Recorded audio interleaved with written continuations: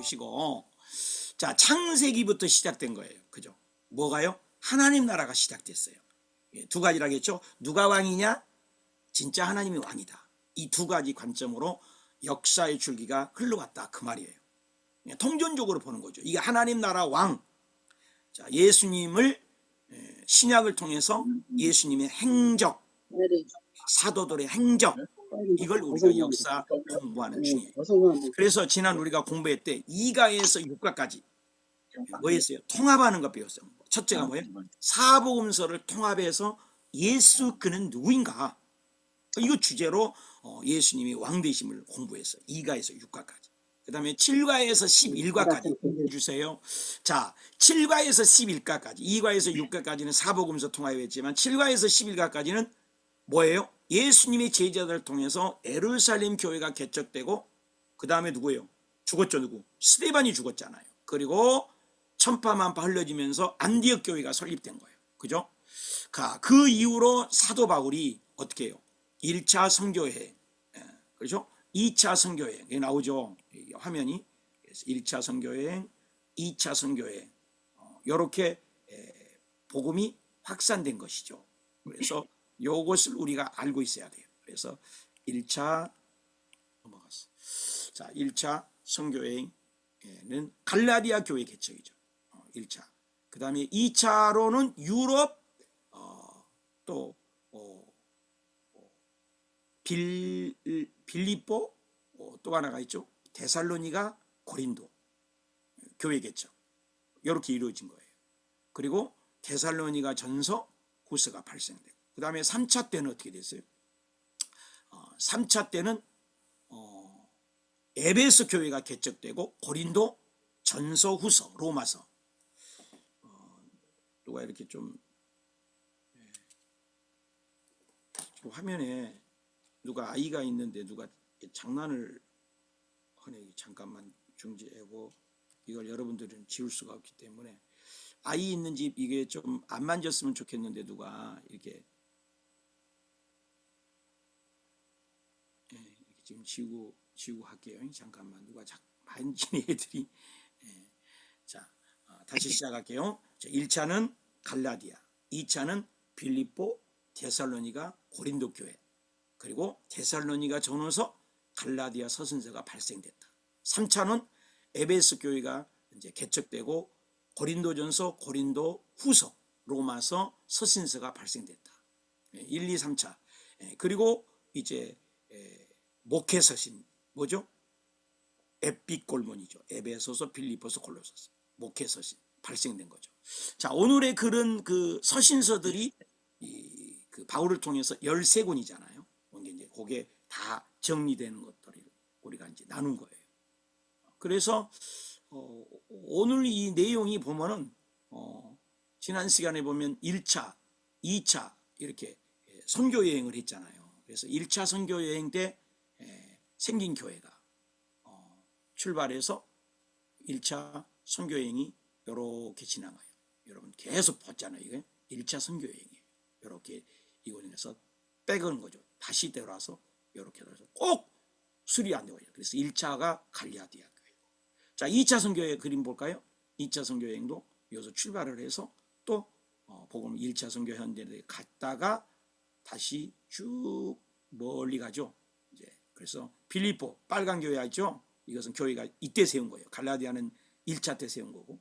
그래서 빨간 십자가를 보면 빌립보와 데살로니가 2차 때 세운 교회구나. 그래서 데살로니까지, 고린도까지 이렇게 3개의 교회가 개척이 된 거죠. 이때 서신서가 발전이 됐죠. 데살로니가 전후서와 갈라디아서를 쓰게 된 거잖아요. 그리고 돌아온 거죠. 그 다음에 1, 2, 3차가 또 있었죠. 지난 시간까지. 그래서 3차 갈라디아 교회, 또 하얀 건 이제 십자가들은 그때 이때 이제 에베소 교회가 생긴 거죠. 그리고 이렇게 바울이 3차 이어서 돌아서 가가지고 다시 에베소에서 배 타고 오는 게 되죠. 이렇게 해서 3차까지 선교 여행이 이렇게 3차까지 해서 바울이 체포되는 과정까지. 그리고 이것이 이제 앞에 내용을 보면은 이제 앞에는 베드로 사역이잖아요. 앞에는 베드로 사역. 이해가시겠죠? 앞에는 베드로 사역. 그리고 뒤에는 어떻게 해요? 여기 보니까 여기는 베드로 사역이고 또 뒤에 여기는 뭐예요? 바울 사역이 되는 거죠. 그래서 베드로 사역은 대부분이 예루살렘이에요. 유대인 위주죠. 그리고 이제 요 바울을 통해서가 뭡니까? 이방인에게 복음이 전파되는 거죠. 그죠? 그러면서 이 책들이 만들어지고 오늘 배울 것이요. 지금 색깔이 약간 뭐라는 색이라고요? 황토색. 그러니까는 분량이 꽤 많죠. 이것을 오늘 공부한다 그 말인 것입니다. 그래서 좀 분량이 좀 많아요. 그래서 169페이지 보니까 제목 밑에가 봐봐요. 야고보서, 유다서, 베드로 전후서, 히브리서, 요한 1, 2, 3서 하니까 뭐예요? 8권이 돼요. 그리고 계시록이 있잖아요. 그러니까 9권이 되는 거예요. 9권이. 분량이 좀 많죠. 그래서 여러분에게 필기를 잘 하시라는 거예요. 필기를. 자, 오늘의 포인트를 한번 들어가 봅시다. 자, 오늘의 포인트. 우리 전도사님. 네, 기타 공동서신, 야고보서, 유다서, 베드로 전후서, 히브리서, 요한 1, 2, 3서를 공부하고 요한계시록을 정리한다. 1. 예수행전, 사도행전과 바울서신 14권 위에 공동서신, 요한계시록 끼워넣기. 2. 공동서신 공부하기. 3. 성경의 모든 내용을 총정리하는 요한계시록. 네, 고마워요. 자, 1번에 보니까 뭐예요? 예수행전, 사도행전. 그게 몇 권이라겠어요? 줄거세요. 바울서신 13권. 바울이 몇 권? 13권. 딱 들어야 돼요. 그죠? 그 다음에 공동서신이라고 있잖아요. 거기다 적어요. 8권. 위에 적은 거예요. 8권이. 그러니까 13권, 8권 하면은 21권인가? 그죠? 13권하고 8권이면 21권이네. 맞죠? 맞아요. 21권. 그 다음에 요한계시록까지. 또 넣어야 되죠. 요한계시록. 그래서 바울 서신 21권에다가 또 21권이잖아요. 21권에다가 또 4권을 또 플러스 해야 되잖아요. 공동서신에 이제 목회서신. 그러니까 바울 서신 13권, 공동서신 8권. 그잖아요. 그래서 26에다가 27권이 되는 거죠. 그래서 공동서신 신약의 흐름에 바울 서신을 배지 않고 있다면 공동서신의 계시록을 끼워 읽을 수 없는 거죠. 그래서 이번에 공동서신 공부하기 그랬잖아요. 그래서 이제 예수행전, 사도행전 13권, 위에 공동서신 8권, 그잖아요. 그 다음에 4권. 그래서 모두가 25, 6권, 8권 하니까 27권이 되는 거죠. 27권. 그렇게 이해하시면 되겠고, 이번에는 공동서신이라고 했잖아. 사도 바울이 이방 지역에서 선교하면서 몇 권을 썼다? 13권을 썼다는 거잖아요. 예수님의 동생 제자들도 가만히 있었어요? 아니죠. 일해야죠. 하나님 일해야죠. 그것이 써 있는 것이 이제 바울 서신을 통해서만 이제 사도행전을 보였는데, 이번에는 예수님의 동생과 다른 제자들이 8권을 성경을 써놨다는 거예요. 그래서 그것은 뭐라고 한다고? 공동서신이라고 한다. 공동서신 2번 옆에다가 8권 적어놨어요. 8권. 그렇게 적어놓으시면 될 것 같아요. 그 다음에 3번은 뭐예요? 성경의 모든 내용을 이제는 마무리하는 것이 뭐예요? 요한계시록. 우리도 요한계시록 바라보잖아요. 그래서 성경을 통전적으로 보는 거예요. 창세기부터 쭉 흘러 뭐가 하나님 나라가. 그래서 그 완성 지점이 어디다고? 요한계시록이죠. 재밌겠죠? 그래서 요한계시록을 정리한다. 이게 아주 중요한 과목인 것 같아요. 자, 170페이지 넘기세요. 자, 우리 다 눈으로 읽고 여러분도 읽어야 돼 자꾸. 그래서 우리 박정임 전사 한번 읽어주세요. 바울은 결국 참수되어 돌아가셨다는 설이 있습니다. 하여튼 그도 죽었습니다. 사실상 바울 서신이 끝나면서 신약의 스토리는 마감된다고 봐야 합니다. 예수 사건 이후 이어지는 사도행전 그리고 열방으로 이어지는 스토리가 결국 신약의 줄거리이기 때문입니다. 특히 사도행전의 사건들 속에서 쓰인 바울 서신들이 얽혀 있어서 그것을 이해하는 일이 난제였는데 드디어 우리는 그것을 정복했습니다. 그러다 보니 신약 성경의 흐름이 끊어졌네요. 개미들이 이 길을 따라 긴 행렬을 지어 이동하고 있었는데 갑자기 그 길을 끊어놓으면 개미들이 당황하는 것처럼 우리가 지금 좀 그럴 것 같습니다. 뭘 해야 할지 모르겠죠? 예수행적과 사도행적이라는 긴 행렬을 따라왔는데 그게 끝났으니 말입니다. 그런데 아직 신약의 성경 목록들이 남아 있잖아요. 무엇인지 아시죠? 야고보서, 유다서, 베드로전후서, 히브리서, 요한 1, 2, 3서, 요한계시록이랍니다. 오늘은 이 성경들을 정리하려고 합니다. 이 책들은 크게 두 부류로 나뉠 수 있습니다. 편지와 계시록입니다. 그런데 사실은 계시록도 편지 성격이 포함되어 있어서 어떻게 보면 거의 다 편지인 셈이죠. 소아시아 7교회에서 보내는 편지가 그 안에 들어있거든요. 같은 이 두 부류의 책들은 역사적인 흐름 없이 간간히 나온 책들이어서 그냥 한 권씩 따로 읽으면 되기 때문에 어렵지 않지요. 그동안 사도행전과 거기 연결되어 있는 서신서를 유기적으로 공부한 밑그림이 있기 때문에 그 이후에 공동서신을 정돈하면 재미있을 겁니다. 성경 목록의 위치부터 도표를 보면서 딱 갈무리합시다. 네. 아유, 고맙습니다. 자, 171페이지 한번 보세요. 화면을 보시면서 170, 이걸 채워야 돼요. 자, 1번을 한번 읽어주시겠어요? 예수행전, 사도행전과 바울서신 13권 위에 공동서신, 요한계시록 띄어넣기. 행전, 예수행전, 사도행전 13권.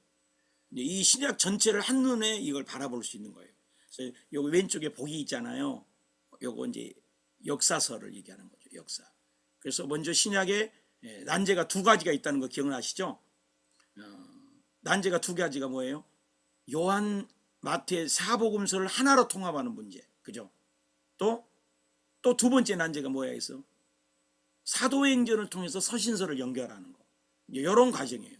그래서 이런 과정으로 우리가 알고요. 그래서 신약에 이것을 100년 역사라고 그래요. 100년 역사. 구약은 몇 년이에요? 1500년이에요. 그러니까 구약은 1500년이고 여기는 신약은 이제 100년 역사예요.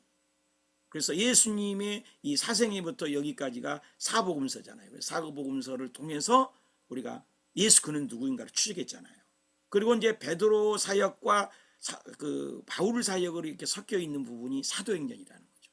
예. 그래서 예수님의 사역은 약 여기를 요 종관을 읽으면 약 30년으로 보는 거죠. 30년. 30년. 그 여기 이제 사도행전 요것을 약 40년으로 보는 거죠. 그러면 약 70년이잖아요.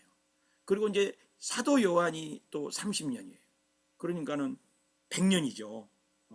이렇게 알고 보시면 되겠어요. 그래서 이렇게 해서 표시된 것처럼 이게 이제 100년의 역사, 예수님 부활 승천하고 그렇죠. 이것을 이제 공동서신, 이제 그동안에 성경 썼던 것을 공동서신, 예수님의 제자들도 공동서신을 발생했다.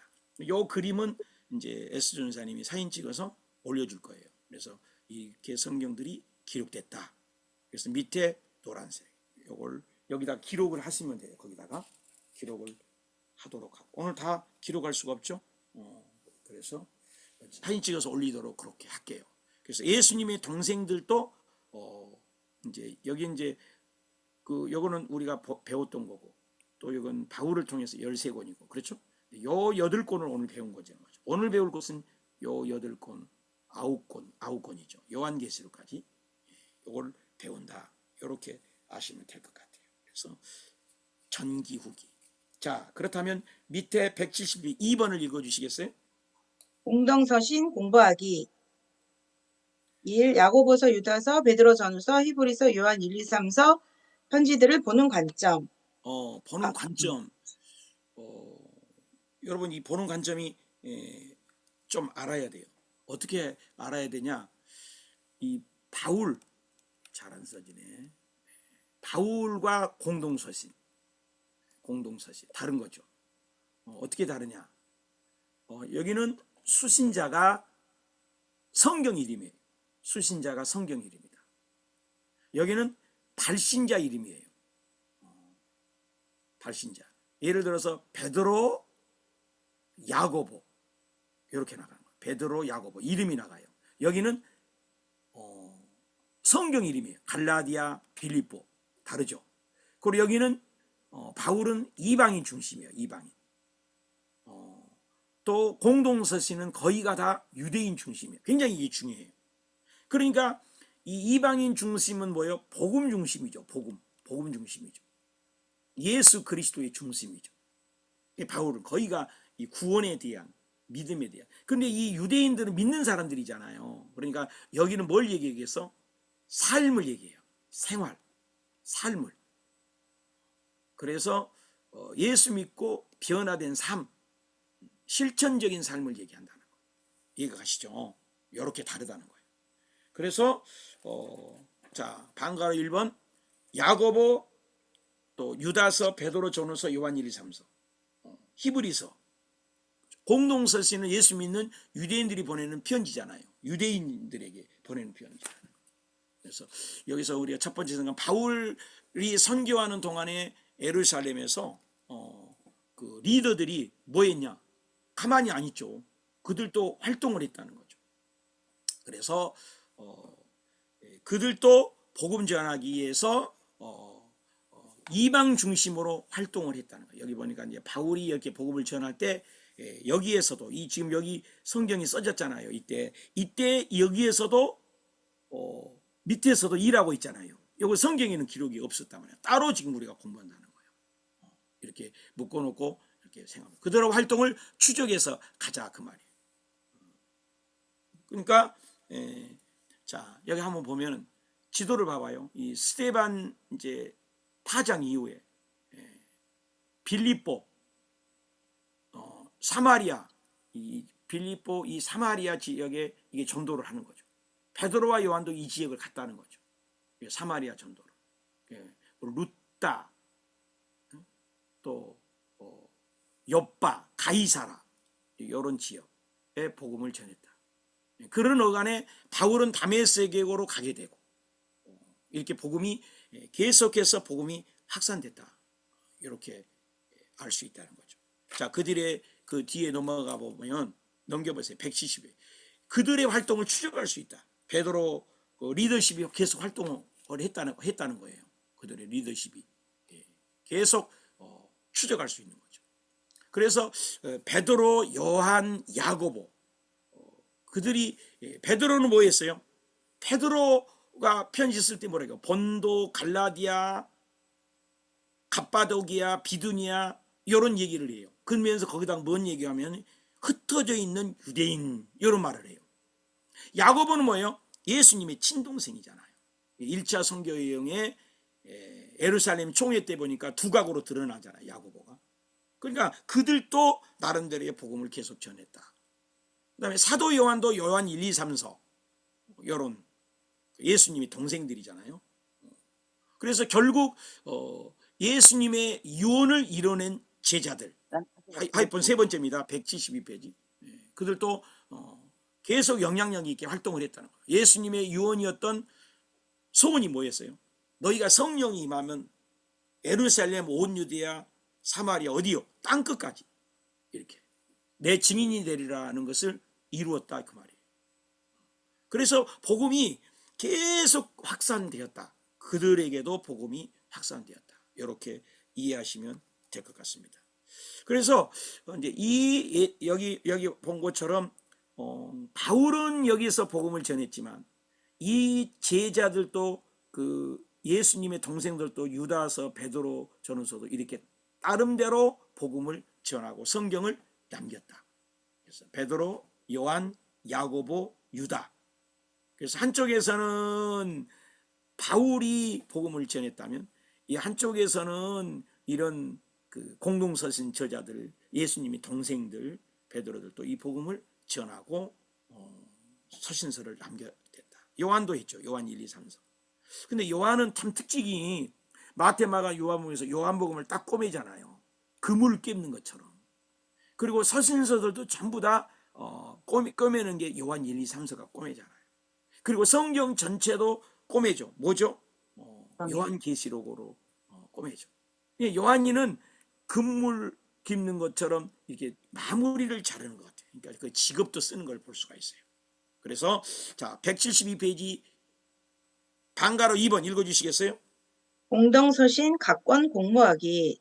이제 각권을 이제 전체적인 것을 우리가 윤곽을 했어. 그래서 어성경이 좋은 것은 전체를 항상 얘기하고 이제 이렇게 각권으로 또 좀 깊이 들어간 거예요. 자, 양가로 1번 읽어주시겠어요? 야고보서 바울의 3차 선교 여행쯤에 기록했다고 생각하자. 그러니까 거기다가 적어보세요. BC 50년에서 60년 적었어요? 50년에서 60년 적으세요. 야고보서 옆에다. 그러니까 야고보서는 50년에서 60년 누구라고? 예수님의 동생이라. 62년에 순교했다고 하거든요. 그러니까 아마 50년에서 60년 이때 복음을 전했다. 50년에서 60년이면 여기죠. 여기잖아요. 여기 50년에서 60년 차이. 그러면 이때 누구예요? 바울은 복음을 전한 거예요. 50년에서 60년. 그런데 이때 야고보도 이렇게 활동을 했다. 이제 감이 오시죠? 그래서 3차 여기 나오죠. 요 3차. 요 3차 바울은 그 선교 그렇게 할 때 예수님의 동생도 야고보도 복음을 전했다. 그래서 다 함께 읽어봅시다. 그거 읽어주시겠어요? 예수께서 갈릴리사에게 한창 헌신을 쏟아 일하실 즈음 야고보는 형을 이해하지 못했습니다. 유명해지려면 예루살렘에 가서 일해야 되는 것이 아니냐며 부어 있었습니다. 그 이후 십자가에 처형되는 모습을 보고 충격에 빠졌을 것입니다. 그러나 예수께서 부활하신 다음 동생 야고보에게 나타났을 때 그의 인생이 180도 전환되었을 것으로 보입니다. 예수 승천을 목격하고 다락방에 모여 오로지 기도에 힘쓰며 예수 진리의 의미를 이해하기 시작합니다. 성령 강림 이후 예루살렘 초대교회에서 베드로, 사도 요한과 함께 기둥같이 쓰임받는 리더가 됩니다. 야고보는 어떤 믿음, 어떤 신앙, 어떤 생각, 어떤 관심을 갖고 사역했는지 그의 편지를 보면 눈치챌 수 있습니다. 초대 예루살렘 교회에서 어떤 설교를 주로 했는지 그의 메시지를 들을 수 있습니다. 자, 야고보를 만나봅시다. 야고보서라는 책보다는 야고보라는 사람을 먼저 그려봐야 책도 보입니다. 네, 고마워요. 여러분 성경책이나 거기다가 기록을 하면서 들으세요. 성경책 볼 사람은 성경책을 보시고. 자, 여기 보니까 172페이지 하이폰 1번이 세계 여러 나라 흩어져 있는 12지파에게 보내는 편지다. 그래서 12지파 밑에다가 적으세요. 유대인. 그러니까 바울은 이방인을 향한 거잖아요. 그러니까 복음이 세계화라는 거죠. 바울은 이방인이지만 야고보는 유대인, 12지파라는 것은 유대인이라 그 말이에요. 그 내용이 1절에 나온다는 거예요. 그래서 12지파, 구약 용어잖아요. 흩어져 있는 유대인들도. 그래서 거기다가 적어 놓어 보세요. 바울은 주장하는 게 믿음이에요. 믿음. 그런데 야고보는 적으세요. 바울은 믿음이잖아요. 왜? 이방인이니까. 믿어야 구원받는 거예요. 야고보는 뭐예요? 믿는 사람들 얘기잖아요. 믿는 사람들은 뭐 해야 돼요? 행함을 강조하는 거예요. 삶을. 그래서 그게 다른 거예요. 그래서 바울은 믿음, 예수 그리스도. 그죠? 그 다음에 야고보는 행함을 강조해요. 삶을. 그래서 유대인을 의식하고 편지를 썼다는 거죠. 그래서 율법 얘기가 많이 나오죠. 그리고 구체적인 그리스도인의 내면의 삶. 오늘날 똑같은 거죠. 초신자들은 예수님의 생명의 복음을 전하지만 믿는 사람들에게는 삶의 철칙, 똑바로 행동해 이런 걸 가르치는 거죠. 그렇게 다르다는 거죠. 그 다음에 173페이지 하이폰 한번 읽어주시겠어요? 율법을 지켜야 한다. 행함으로 의롭다함을 받는다는 주장한다. 그거 꼭 다 찾아봐야 돼요. 그래서 여러분 거기다가 적으세요. 보수적 행함 강조. 적었어요? 보수적 행함 강조. 율법 밑에다가 보수적 행함 강조. 이게 보수라고 그러잖아요. 보수. 그죠? 세상 보기에는 좀 답답할 수 있잖아요. 보수적인 거. 1장 25절을 보면은 저거 여러분 눈 보면 더 좋아요. 온전한 율법을 그랬어요. 온전한 율법을 그래서 믿음인 것은 온전한 율법을 듣고 잊어버린 자가 아니다. 그래서 온전한 율법 줄거주세요. 1장 25절 실천하는 자니 그랬어요. 그게 복 받는 거예요. 그러니까 다르잖아요. 벌써 온전한 율법 뭐 한다고? 아는 게 중요한 것이 아니에요. 실천 이렇게 나오는 거죠. 2장 12절 볼까요? 2장 12절 자유의 율법대로 심판을 받는다처럼 말해라. 심판받아 똑바로요. 그러면서 행하라. 다르죠. 그래서 참고구절은 1장 25절과 2장 12절. 그래서 바울의 메시지는 적으세요. 로마서 4장 이신칭의 믿음으로 구원받는다는 것에 강조점을 준 거죠. 왜? 초신자니까 이방인이니까 이해가 가시죠? 그래서 두는 동전 앞뒤면 같아요. 누가 더 중요하다? No, 다 중요해. 믿음도 중요하고. 야고보 적었어요? 바울은 로마서 4장 믿음, 이신칭을 적었죠. 야고보는 뭐예요 그러면? 2장 21절부터 26절. 2장 21절부터 26절. 아브라함을 예를 들어서 뭐라는 거니? 아브라함이 행함으로, 행함. 아브라함의 믿음을 강조한 게 아니라 아브라함의 행함. 그러니까 두 개가 상충되는 것이 아니라 적으세요. 두 메시지는 상호 보완 메시지다. 상호 보완 메시지다. 그러니까 예수를 잘못 믿는 사람들은 한쪽만 강조해요. 어떤 사람은 야 똑바로 믿어 행해 이것만 강조하는 사람이 있어요. 어떤 사람은 믿음만 강조하는 거예요. 다 중요하다는 거죠. 우리가 그런 것을 조화라고 그래요. 신앙의 조화. 그래서 캐리그마 디다케 이제 나중에 나옵니다만은 그다음에 세 번째 아주 거기서 하이폰 읽어주시길래요. 아주 구체적인 내면 생활에 지침을 준다. 아주 내면의 그 얘기요. 내면에 그러니까 연속성성의 메시지를 한 거죠. 적으세요. 2장 8절. 성경은 보면 더 가죠. 2장 8절. 성경이 내 이웃을 사랑하라, 내 몸을 같이 사랑하라 이것을 최고의 법을 지키면 그랬잖아요. 줄 그으세요. 법을 지키면 사랑하냐. 다르죠. 지키면 강조했잖아요. 말로만 사랑하는 게 아니라. 13절 볼까요? 2장 13절. 긍휼을 행하지 아니하는 자는 보세요. 긍휼을 행하지 아니하는 자. 행함을 얘기하잖아요. 긍휼 없는 심판 받는다. 적었죠? 3장 2절 적을까요? 다 실수가 많은데 만일 말에 실수가 없는 자가 누가 있어요? 말에 실수 없는 자 있어요, 여러분? 온전한 삶이 온몸을 굴레 씌우리라. 행함을 얘기하잖아요. 적었죠? 2장 8절, 2장 13절, 3장 2절. 꼭 참고해서. 그래서 많은 부분이 뭐하고 같아? 산상수훈하고 같은 거죠. 그죠? 그 다음에 하이폰 네 번째 읽어주시겠어요, 야고보? 야고보는 엘리야의 기도와 영성을 연구했다. 자, 야고보는 기도의 사람이라고 그래요. 기도의 사람. 그래서 야고보의 별명을 적으세요. 야고보의 별명은 낙타 무릎 적었어요. 낙타 무릎. 이엠 반주가 비슷하잖아요. 이엠 반주는 기도하지 않는 성도는 성도라고 하지 말아요. 무릎의 사람. 적었어요. 야고보의 별명은 낙타 무릎. 이 정도는 알아야지. 무릎의 사람. 그래서 연구를 한 거야. 어떤 연구를 했어? 야고보서 5장 16절. 적었죠? 16절. 기도하라. 의인의 기도는 역사함이 크다. 그러면서 5장 16절부터 17절, 18절까지 적어놓으세요. 엘리야의 모델을 선정한 거예요. 여러분도 모델이 있어야 돼요. 모델. 저도 모델이 있잖아요. 저는 모델이 첫째는 예수님이지만 조윤기 목사님이 방언 기도를 5시간 했잖아요. 원준상 선교사님이 8시간 하니까 7시간 하니까 우리도 기도를 하는 거예요. 그래서 내가 은퇴를 할 때까지 이 기도를 하는 거죠. 그래서 모델이 있잖아요. 나도 모델이 있어요. 여러분도 모델이 있어야 돼. 그죠? 엘리야를 모델했어. 엘리야는 우리와 성령이 같은 사람이다. 그래서 5장 17절. 비 오지 않도록 간절히 기도하고 비가 안 오고 또 비가 오게 하는 게 오겠다. 그렇게 기도에 영성이 있는 사람이었다. 양가로 2번 읽어주실래요? 유다서 사도행전 28장 이후 1차 로마 감옥에 수감될 쯤이라고 생각하자 옥중 서신이 쓰여지던 그때이다. 예, 유다서. 유다서 옆에다가 적으세요. 예수님의 동생 유다예요. 야고보의 형제예요. 예수님이 동생이에요. 적어놨죠? 유다가 누구라고요? 예수님의 친동생이에요. 육신의 동생. 그래서 그 동생도 야고보도 뭐예요?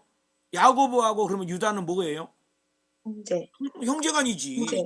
이건 알아야 된단 말이에요. 그래서 예수님이 동생들이 살아있을 때는 안 믿었는데 부활한 다음에 이게 헷가닥 같구나. 이게 변화다가 되는 거예요. 변화. 그래서 야고보도 형제고 유다도 형제다. 한번 읽어주시겠어요? 박스를. 네, 역시 예수님의 동생 유다의 편지입니다. 예수님과 어렸을 때부터 한 집에서 살았던 야고보 유다가 성경의 저자로 쓰임받았다는 사실이 참 흥미롭습니다. 유다 역시 형 야고보와 함께 같은 과정을 거쳐 예수님을 메시아로 받아들였던 것입니다. 그는 어떤 부분에 큰 관심이 있었고 그 관심사를 하나님께서는 어떻게 쓰셨는지 보실까요? 네, 유다서를 이제 펴야 되겠죠. 유다서 펼쳐놓으시고 그 유다서 1장 1절에 그 야고보와 같이 예수님이 그리스도의 종 그랬어요. 예수 그리스도의 종, 야고보 형제라고 소개를 해요. 유다서를 쓴 목적이 뭐냐면은 초대교회에는 뭐가 있었냐면은 영지주의예요. 영은 선하고 육신은 약하다. 그러니까 영은 선한데 선한 영적인 하나님 영이시잖아요. 어떻게 육신이 오신 예수님이 메시아일 수 있냐? 안 믿는 거죠. 이런 것이 있었단 말이에요. 그러니까 예수님을 믿어야 합니다. 안 믿겠죠. 그게 영지주의. 알겠죠? 영지주의. 초대교회. 그게 이제 이단이거든요. 우리는 예수님을 믿잖아요. 그 다음에 영지주의 다음에 또 하나는 거짓 사도들이 있어요. 그래서 거짓말을 해요. 그래서 거짓말은 심판을 받을 거다. 이런 얘기를 한 거죠. 그래서 여기 보니까 하이폰에 첫 번째 하이폰 읽어주시겠어요? 거짓 교사들 망해라. 망해라. 유다서의 두 가지 특징이에요. 거짓 교사들. 거짓 교사 옆에다가 망해라. 거짓 교사 옆에다 쓰세요. 유대주의예요. 유대주의. 1장 4절을 적어놓으시. 1장 4절. 가만히 들어온 사람이요. 있어요. 그래서 예수님을 부인하는 사람들. 왜 부인한다 했어요? 영은 선한 하나님인데 선한 하나님이 육적으로 올 수 없다. 영지주의의 이단이죠. 거짓주의, 유대주의. 16절 적어놨어요. 1장 16절. 원망불편만 해요. 원망불편을 해요. 정욕대로 행하고 자랑하고 자기의 이권만 있어야 돼. 교회 나가면서도 그렇잖아요. 자기 이권만 생각을 하는, 원망불편만 통하는 사람. 이걸 가만히 둘 수가 없다는 거예요. 이렇게 생각을 하시면 돼요. 그 다음에 하이폰 두 번째 읽으실래요? 이 관점은 베드로와 동일하다. 동일하다고 그랬잖아요. 동일하다. 그러니까 사도들은 서로의 메시지를 뭐하고 있다? 공유하고 있다. 늘 설교했다는 거죠. 거기다 적어놓으실래요? 이 관점 밑에다가 1장 3절에서 16절 적으세요. 1장 3절에서 16절. 또 하나 적으세요. 베드로후서 2장 1절에서 17절. 그래서 거의 동일하다 적어놔요. 적어놨어요? 유다서 1장 3절에서 16절 적었어요? 베드로후서 2장 1절에서 17절 적어놔요. 거의 동일하다. 그러니까 공유했다는 거예요. 설교가. 유다도 이단 얘기 맞서고 있고 복음을 증거하다가 십자가로 순교하게 되잖아요. 똑같다 말이죠. 자, 양가로 3번 볼까요? 베드로 전후서 바울이 4차 선교여행을 할 즈음에 기록했다고 생각하자 디모데전서, 디도서를 기록하던 그쯤이다. 네. 베드로 전후서로 이제 좀 들어가 보자. 베드로 전후서 자 174페이지. 자, 읽어주세요. 베드로 세례 요한의 제자였어요. 세례 요한의 메시지를 들었던 갈릴리 어부. 그러나 범사에 종교성이 많은 사나이였죠. 그가 예수 행적 속에 드러낸 자충우돌 캐릭터는 엄청나게 다양합니다. 그래서 그에 대한 정보는 수도 없이 많고요. 예수혁명 정부가 들어설 것을 꿈꾸며 조국을 사랑하는 민족주의자로 살아온 이야기들입니다. 그러던 중 예수님을 그리스도로 깨닫기까지 그의 기독론은 점점 완숙해져 갑니다. 예수께서 부활하신 이후 양무리를 목양하라는 위임을 받아 사도행전 초기부터 교회 리더로 등장합니다. 예루살렘 초대교회를 목회하면서 그가 한 설교는 이미 사도행전에서 읽었습니다. 그는 초대교회를 세우기 시작할 때 중요한 시점마다 구약 성경을 근거로 사건들을 해석했습니다. 예수께서 약속하신 진리의 성령님이 오류가 없도록 보호하셨기 때문입니다. 바울이 이방의 복음을 전파하는 동안 베드로는 유대 지역의 예루살렘 교회를 맡아 목회하며 많은 메시지를 전했습니다. 그가 특별히 붓을 들어 기록한 글이 남아있다는 것은 참 흥미롭습니다. 그것이 베드로 전후서입니다. 얼마나 다행입니까? 우리가 그 글을 읽을 수 있다는 사실이. 특히 예루살렘 교회 수장인 베드로가 아나토리아 반도, 터키 일대에 흩어져 있는 그리스도인들을 대상으로 편지를 썼다는 것이 흥미롭습니다. 본도, 갈라디아, 감바도니아, 아시아, 비두니아 등지에 사는 사람들입니다. 로마의 박해 때문에 유리하고 고통받는 성도들을 위로하기 위해서 쓴 편지입니다. 로마 제국에 굴하지 말라는 것입니다.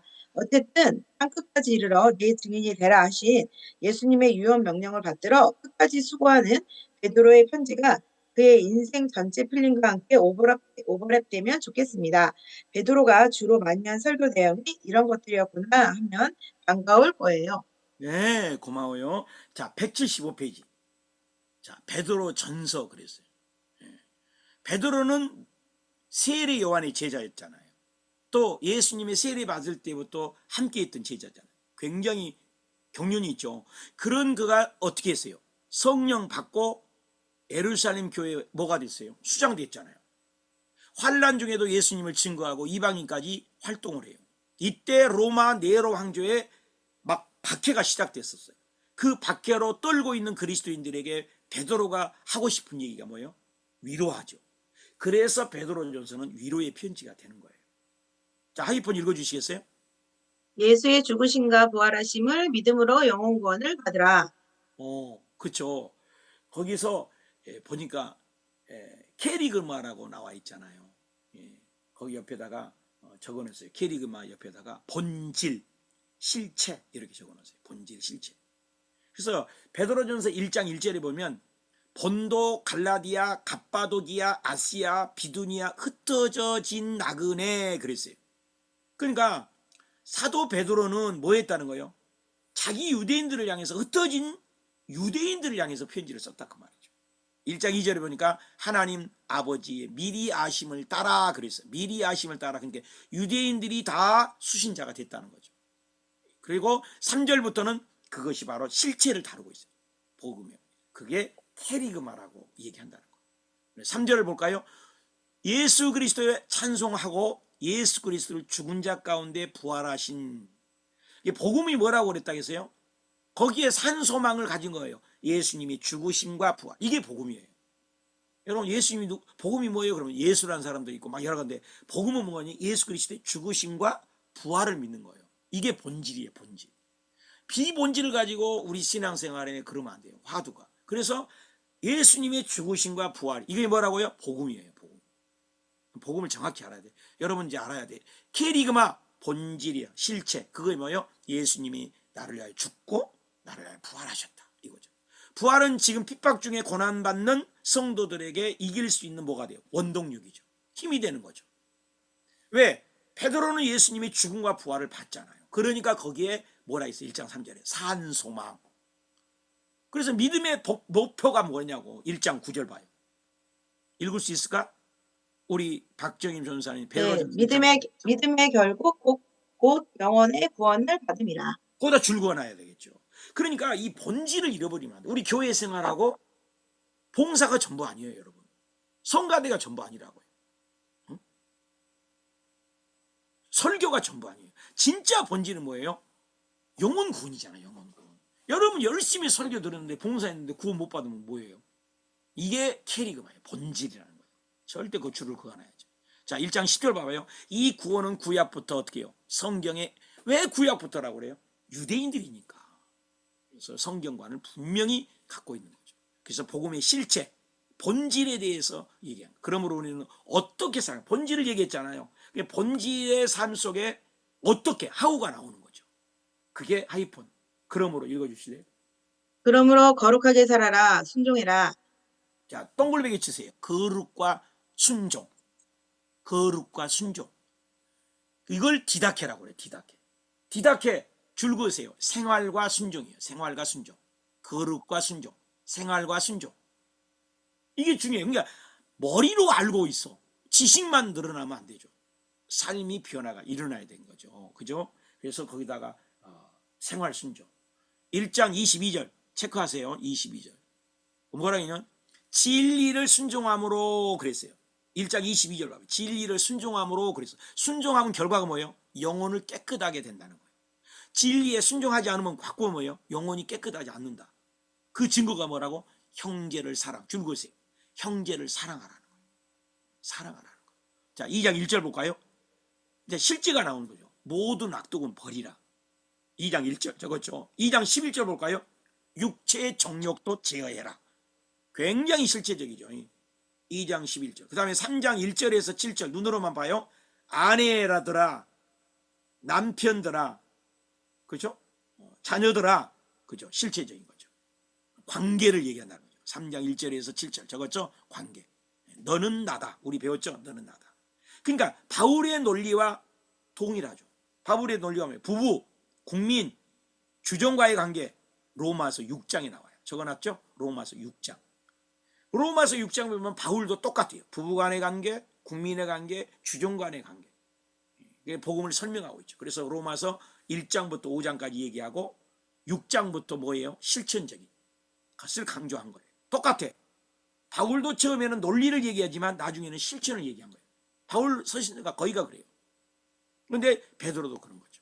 하나님 나라 백성으로서의 관계 원리, 구체적인 지침, 삶의 변화 적용하라는 거예요. 그 다음에 또한 하이폰을 읽어주시겠어요? 네, 또한 고난을 이겨내라, 참아라. 그러니까 그 지식 가지고 일개 당시에 뭐였어요? 예수 믿으면 죽어요. 극심한 기독교 박해가 있다고요. 그러니까 이런 진리를 알아야 천국의 소망이 있어야 고난을 이길 수 있죠. 환난을 영광로에서 이길 수 있는 거죠.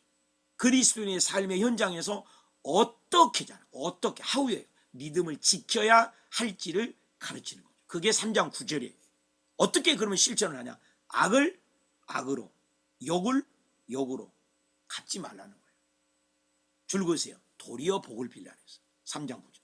그러니까 세상은 뭐예요? 그때 막 죽이는 거잖아요. 근데 갚지 말라는 거예요. 하나님이 갚을 거라는 거예요. 참 기독교인들이 힘들었겠죠. 복을 빌으라는 거예요. 3장 14절 봐요. 고난을 이겨내라. 줄거어요. 고난을 이겨내라. 3장 17절 보여요. 선을 행해라. 그 어려운 가운데도.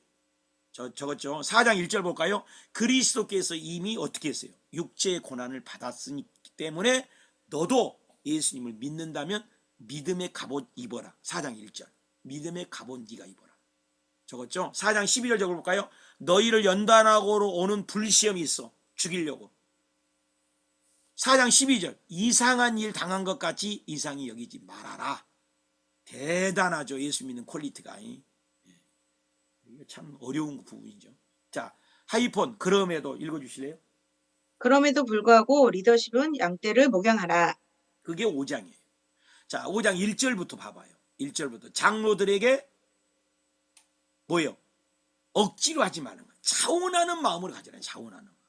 헌신된 마음. 양무리를 치되 믿음의 본이 되라. 그럴 때 영광의 면류관이 있을 것이다.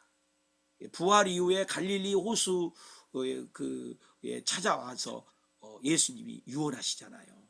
그러면서 그들을 위로하잖아요. 양무리를 치라. 베드로. 그리고 이제 베드로 후서를 보겠습니다. 자, 베드로 후서도 한번 정리해봅시다. 하이폰 1번 베드로 읽어주시겠어요? 베드로의 죽음이 임박한 즈음의 글이다. 그렇죠. 이제 마치 바울이 성화를 논한 것처럼 이 베드로 후서 거기 1장 14절. 너희가 정욕 때문에 세상에 썩어질 것을 가지고 살지 말고 신의 성품 줄거세요. 신의 성품. 그리고 7가지 덕목 나오죠. 1장 4절이에요. 덕의 지식, 그죠? 믿음이죠, 먼저가. 처음에 믿음, 덕, 지식, 절제, 인내, 경건의 형제 후에 사랑. 요 굉장히 7가지 덕목이죠. 우리 예수 믿는 사람이 처음 믿음이 있으면 뭐예요? 지식을 쌓아야 돼요. 공부해야 돼요. 그러면 절제하고 인내하고 경건해야 된다고 이번 주일날도 공부했죠. 경건. 그래서 사랑까지 이렇게 보시면 될 것 같아요. 그래서 베드로의 죽음에 임박한 즈음에 이제 이 글을 썼다는 거죠. 그렇죠? 유언장과 같은 얘기예요. 그래서 1장 14절 읽어주실래요? 이는 우리 주 예수 그리스도께서 내게 지시한 것 같이 나도 나의 장막을 벗어날 것이 임박한 줄을 알미라. 줄 그어주세요. 나의 장막을 벗어날 것을 임박했다. 뭐예요? 죽음을 알고 있는 거예요. 여러분 죽음을 알고 사는 거예요. 그런데 소망을 하늘나라에 두는 거예요. 죽음. 그러니까 베드로후서는 뭐예요? 유언장의 길인 거죠. 디모데후서도 뭐예요? 바울의 유언장이잖아요. 그래서 베드로후서는 뭐라고? 베드로의 유언장이다. 그 다음에 하이폰 재림 읽어주실래요? 성화를 말하다. 재림을 기다린다. 재림을 기다린다. 성화를 말하고 아까 성화 위에기 성화를 말하는 성화돼야 되죠. 성화는 아까 얘기해서 거기다 적으세요. 성화에다가 성화를 말한다 먼저 합시다. 1장 4절. 성화는 뭐예요? 1장 4절. 신의 성품 적었어요? 1장 4절. 신의 성품. 신의 성품에다가 뭐예요? 1장 4절에서 7절. 믿음, 덕, 지식, 절제, 인내, 경건, 형제 후에 사랑. 그걸 성화예요, 성화. 그걸 이제 성화를 뭐예요? 그 sanctification이라고 그러잖아요. 자라가는. 설교 중에 많이 했죠. 그 다음에 재림을 기다린다. 그러니까 이제 재림을 기다려야 되는 거죠. 마태복음 17장을 적어놓으세요. 마태복음 17장. 마태복음 17장. 그게 뭐예요?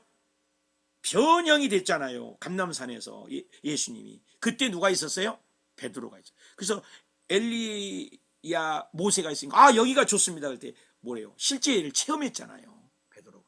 근데 너는 그의 말을 들으라. 그게 17절이에요. 영광 중에 17절. 내 사랑하는 아들이다. 내 기뻐하는 자라. 너는 잔소리 말고 그의 말을 들어라. 그랬잖아요. 그래서 1장 18절을 우리 전사님 읽어주실래요? 어디? 베드로후서 베드로후서요? 1장 18절. 1장 18절. 예. 이 소리는 우리가 그와 함께 거룩한 산에 있을 때 하늘로부터 난 것을 들은 것이라. 거봐, 베드로는 그러니까 실제예요, 실제. 그래다 거기다 적으세요. 거룩한 산 줄고 거기다가 마태복음 17장 변화산 적으세요. 변화산. 그런 체험을 하는 거죠. 변화된 산. 그래서 재림을 기다린다고 그 죽어가면서 쓰는 거예요. 그죠? 그 다음에 하이폰 거짓 읽어주실래요? 거짓 교사들 이단들을 경계한다. 이 부분에서 또 누구하고 동일하냐? 유다와 동일해요. 초대교회 이단들에 대해서 이런 메시지를 다 같이 전했다는 거예요. 말세의 이단들. 오늘날도 그러잖아요. 그게 2장 1절이에요. 이단들의 특징이 뭐예요? 예수님을 부인하는 거예요. 오늘날도 그러잖아요. 예수님을 부인해요. 멸망을 스스로 취한. 2장 14절 볼까요? 2장 20절 볼까요? 굳세게 못하도록 유혹하는. 그래서 저주의 자식이라고 했다. 무서운 거예요. 거짓은. 그래서 다시 율법으로 돌아간다고 그러잖아요. 다시 율법으로. 그래서 2장 1절과 2장 14절과 20절을 참고하면 되겠죠. 자, 그 다음에 베드로 하이폰 읽어주실래요? 네, 베드로의 요한계시록론적 이해. 베드로와 요한계시록이 또 통해요. 다 복음이 통해요. 그게 이제 베드로서 3장이라고 정했잖아요. 구약에는 누구예요? 이사야죠. 환상을 본 사람 이사야. 또 누구죠? 스가랴. 또 누가 있죠? 에스겔. 그들이 다 이렇게 영안이 열려서 봤잖아요. 이사야나 스가랴, 에스겔. 영원한 하나님 나라를 이제 바라보는 거죠. 베드로도 동일하게 뭘 봤다? 새하늘과 새 땅을 본 거예요. 어디에 나와요? 요한계시록. 한 30년 있으면 요한계시록이 봤는데 받기 전에 새하늘과 새 땅을 얘기를 하고 있는 거예요. 놀랍지 않아요? 3장 7절 봐봐요. 하늘과 땅이 동일한 말씀으로 불살한다. 그죠? 그리고 나중에 불살라서 없어질 거다. 멸망의 날. 3장 7절. 그리고 3장 10절 봐봐요. 주의 날이 언제 온대요? 도둑같이 온다. 도둑같이. 그런데 요한계시록이 써지기 전인데 봐봐. 이사야나 스가랴나 에스겔과 똑같은 얘기를 하면서 3장 13절 읽어주실래요?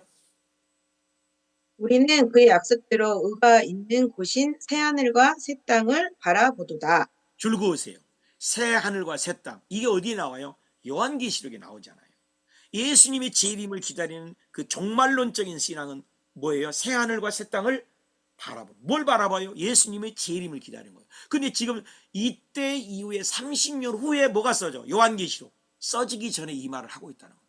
굉장히 영적인 사람인 걸 볼 수 있겠죠. 그 다음에 하이폰 바울 읽어주실래요? 네, 바울과 신학적으로 교류하고 있었던 베드로. 자, 베드로가 영성인 사람을 느끼십니까? 요한하고도 통하지만 바울은 신학의 거성이잖아요. 근데 바울의 신학적인 것들을 본받고 있었다는 거예요. 베드로 역시 바울의 가르침에 대해서 어려운 부분을 안 거예요.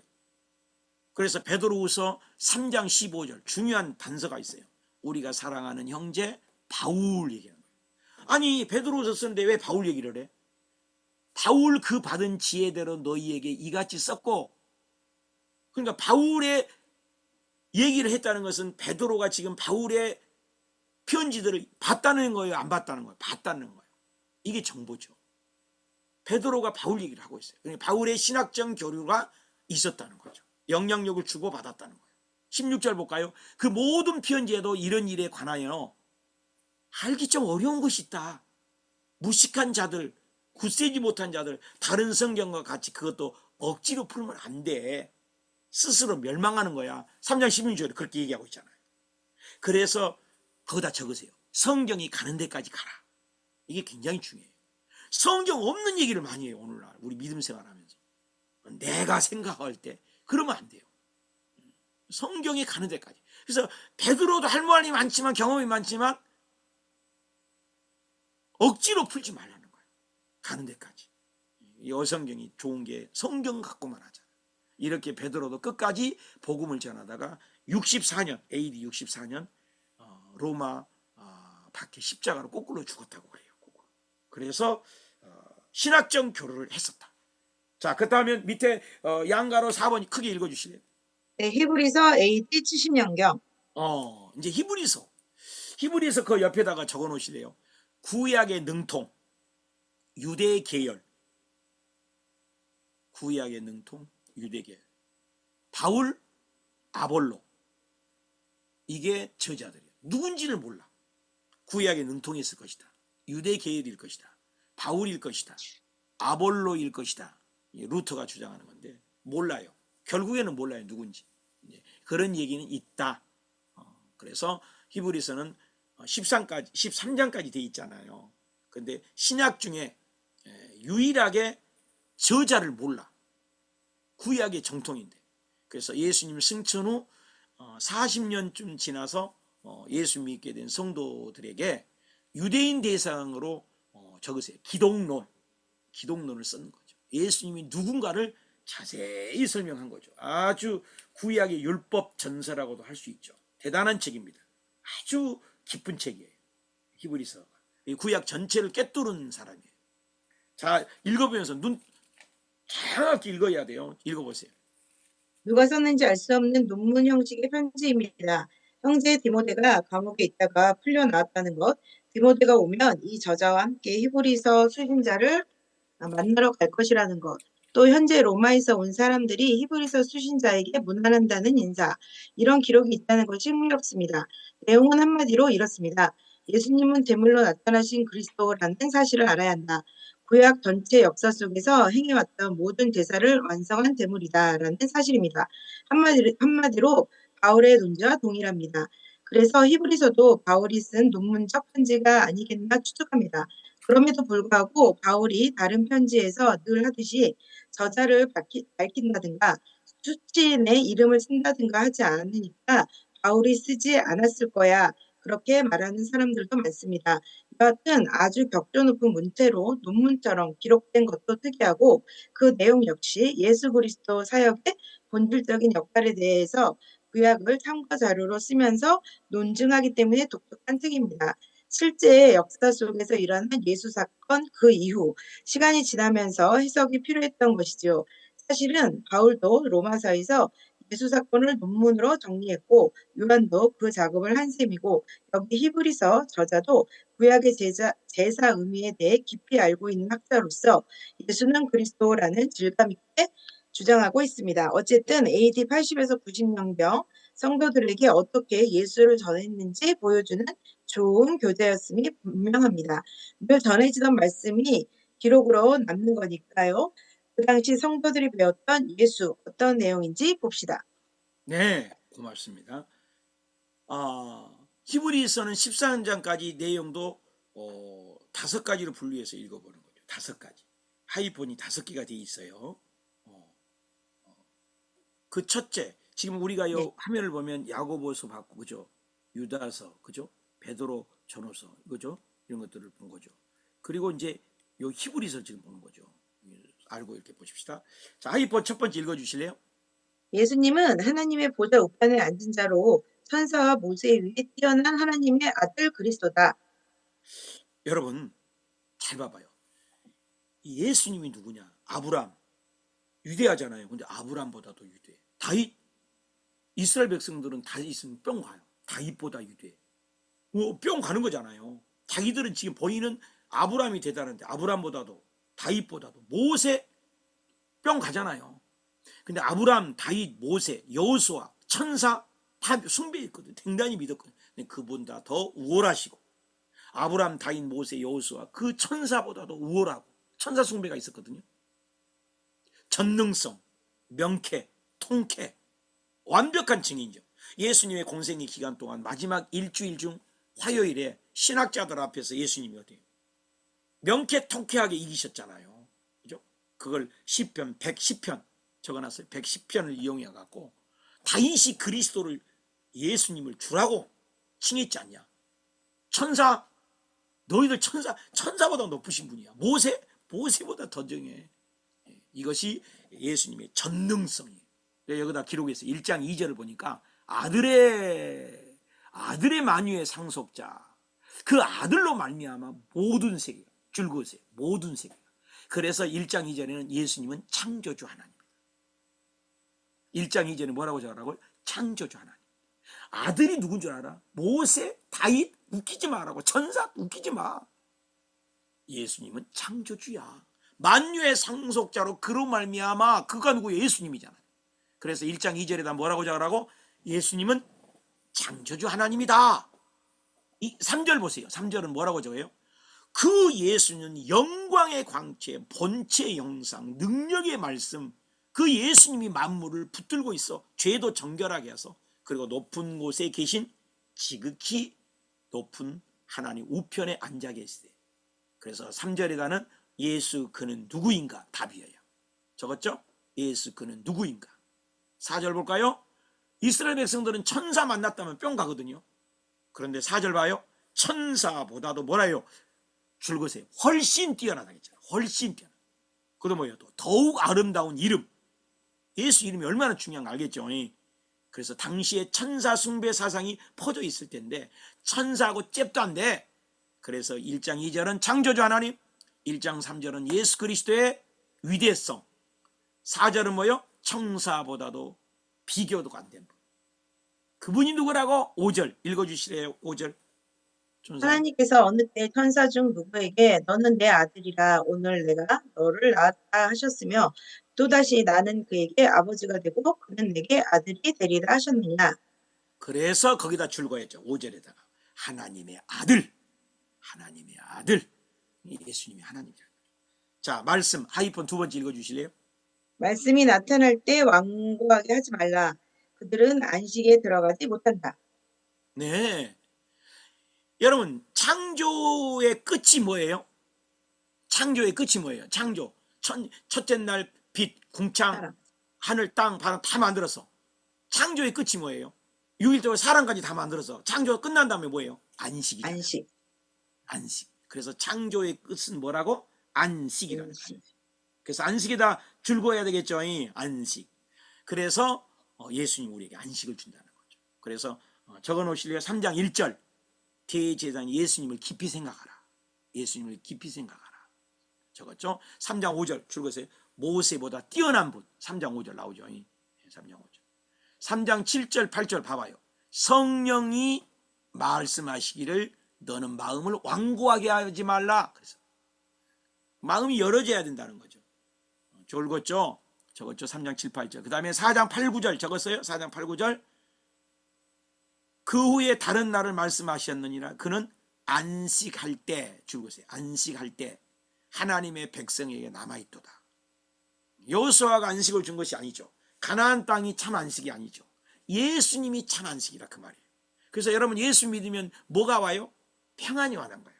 그래서 예수님이 부활해갖고 제일 먼저 하는 말이 뭐예요? 너희에게 평강이 있을지어다. 여러분 예수 잘 믿는 건 마음의 평강이라고요. 4장 11절 볼까요? 저 안식에 들어가기를 뭐 하라겠어요? 힘쓰라. 줄거세요. 힘쓰라. 그래서 여러분 예수 믿고 우리가 마음이 불안하면 기도하고 말씀 공부하고 몸부림쳐야 돼요. 왜? 안식을 찾아야 되니까. 그래서 영적인 거성들은 마음의 심령 천국을 놓치지 않는 거예요. 여러분 예수 믿으면 마음이 불안하면 잘못된 거예요. 그래서 진정한 것은 우울증이 떠나간 거예요. 불면증이 사라진 거예요. 그래서 여러분 안식에 힘쓰라. 누구든지 저 순종하지 아니한 본에 빠지지 않게 하는. 순종하지 아니한 것들이 뭐예요? 불안이 오는 거예요. 나오죠, 이 답이. 그래서 4장 12절 전도사님 읽어봐요. 하나님의 말씀은 살아있고 활력이 있어 좌우의 날선 어떤 검보다도 예리하여 혼과 영과 및 관절과 골절을 찔러 쪼개기까지 하며 또 마음의 생각과 뜻을 판단하나니. 거 보세요. 영혼육을 뭐예요? 하나님의 말씀이 뭐 어떻게 해요? 진정한 안식. 이 말씀이 안식의 고밀도죠. 안식을. 영혼육이 생각과 마음을 지켜주는 거예요. 말씀이. 말씀 위대하죠. 자, 하이폰 예수님을 읽어주실래요? 예수님은 하나님의 아들이요 영원한 대제사장이심으로 완전한 제사를 이루신다. 줄거어 주세요. 거기다 영원한 대제사장. 줄거었어요. 영원한 대제사. 또 줄거어 주세요. 완전한 제사. 이거 굉장히 중요한 거예요. 구약에는 제사 지내고 또 지내잖아요. 예수님이 사람인데, 아니 예수님이 사람인데 하나님의 아들이라고? 얼마나 어려워요. 성경 절대 양보 안 합니다. 예수님이 진짜 인간으로 오셨다는 거예요. 그래서 늘 예배 드리잖아요. 근데 영원한 거야. 구약은 일회용 컵도 먹고 또 일회용 컵 먹고 그러지만 신약에 와서 예수님은 영원한 거예요. 그리고 완전한 거예요. 한 번으로 끝나는 거예요. 4장 14절 볼까요? 4장 14절. 큰 대제사장이니 그랬어요. 근데요, 큰 대제사장이라는 말은 성경 창세기부터 계시록까지 여가 한 군데밖에 없어요. 대제사장이라는 말은 많이 있어요, 여러분. 근데 제가 찾아봤거든요. 큰 대제사장이라는 것이 없어요. 여기 한 번 써요. 그러니까 대제사장하고도 잽도 안 되는 큰 대제사장이라고 표현한 거예요. 그때 언어 어떻게 표현 못하니까. 줄거었어요. 큰 대제사장. 승천하신 하나님의 뭐야? 아들 예수라고 했잖아. 줄거어 주세요. 하나님의 아들 예수. 그 하나님의 아들 예수가 5절 보세요. 그분이 뭐예요? 너는 내 아들이니 내가 오늘 너를 낳았다. 근데 예수님이 진짜 하나님의 아들이야. 인간이야. 그러니까 어떻게 표현하냐면 100% 하나님, 100% 인간이야. 완벽하게 이루신 거예요. 글쎄 6절 볼까요? 그것이 네가 영원히 멜기세덱의 반차를 따르는 제사입니다. 영원히, 그렇죠. 영원이란 말을 많이 쓰잖아요. 멜기세덱의 반차를 따랐다. 그것이 7장에 가면 멜기 왕이죠. 왕. 멜기라는 것은 왕, 적었어요. 멜기 왕. 세덱은 뭐예요? 의롭다. 그래서 멜기세덱이라는 것은 영원한 의로우신 왕이 누구냐? 예수님. 예수님은 의예요. 멜기는 왕, 세덱은 의로. 자, 8장 6절에서 13절 적어놓고 구약의 율법으로는 구원을 받을 수가 없다.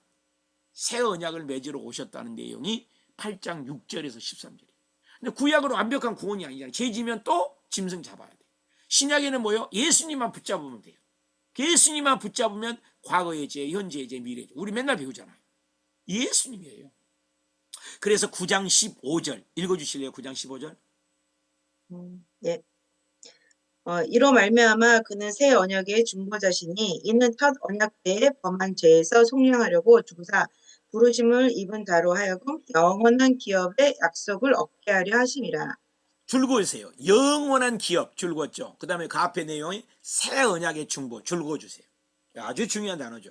근데 구약을 통해서 이루지 못한 것을 새 언약을 이룬 거예요. 에레미야에도 나오거든요. 그래서 새 언약의 중보. 그것이 새 언약의 중보는 어떻게 이루어진다고 15장 끝절에 영원이라는 거예요. 영원이.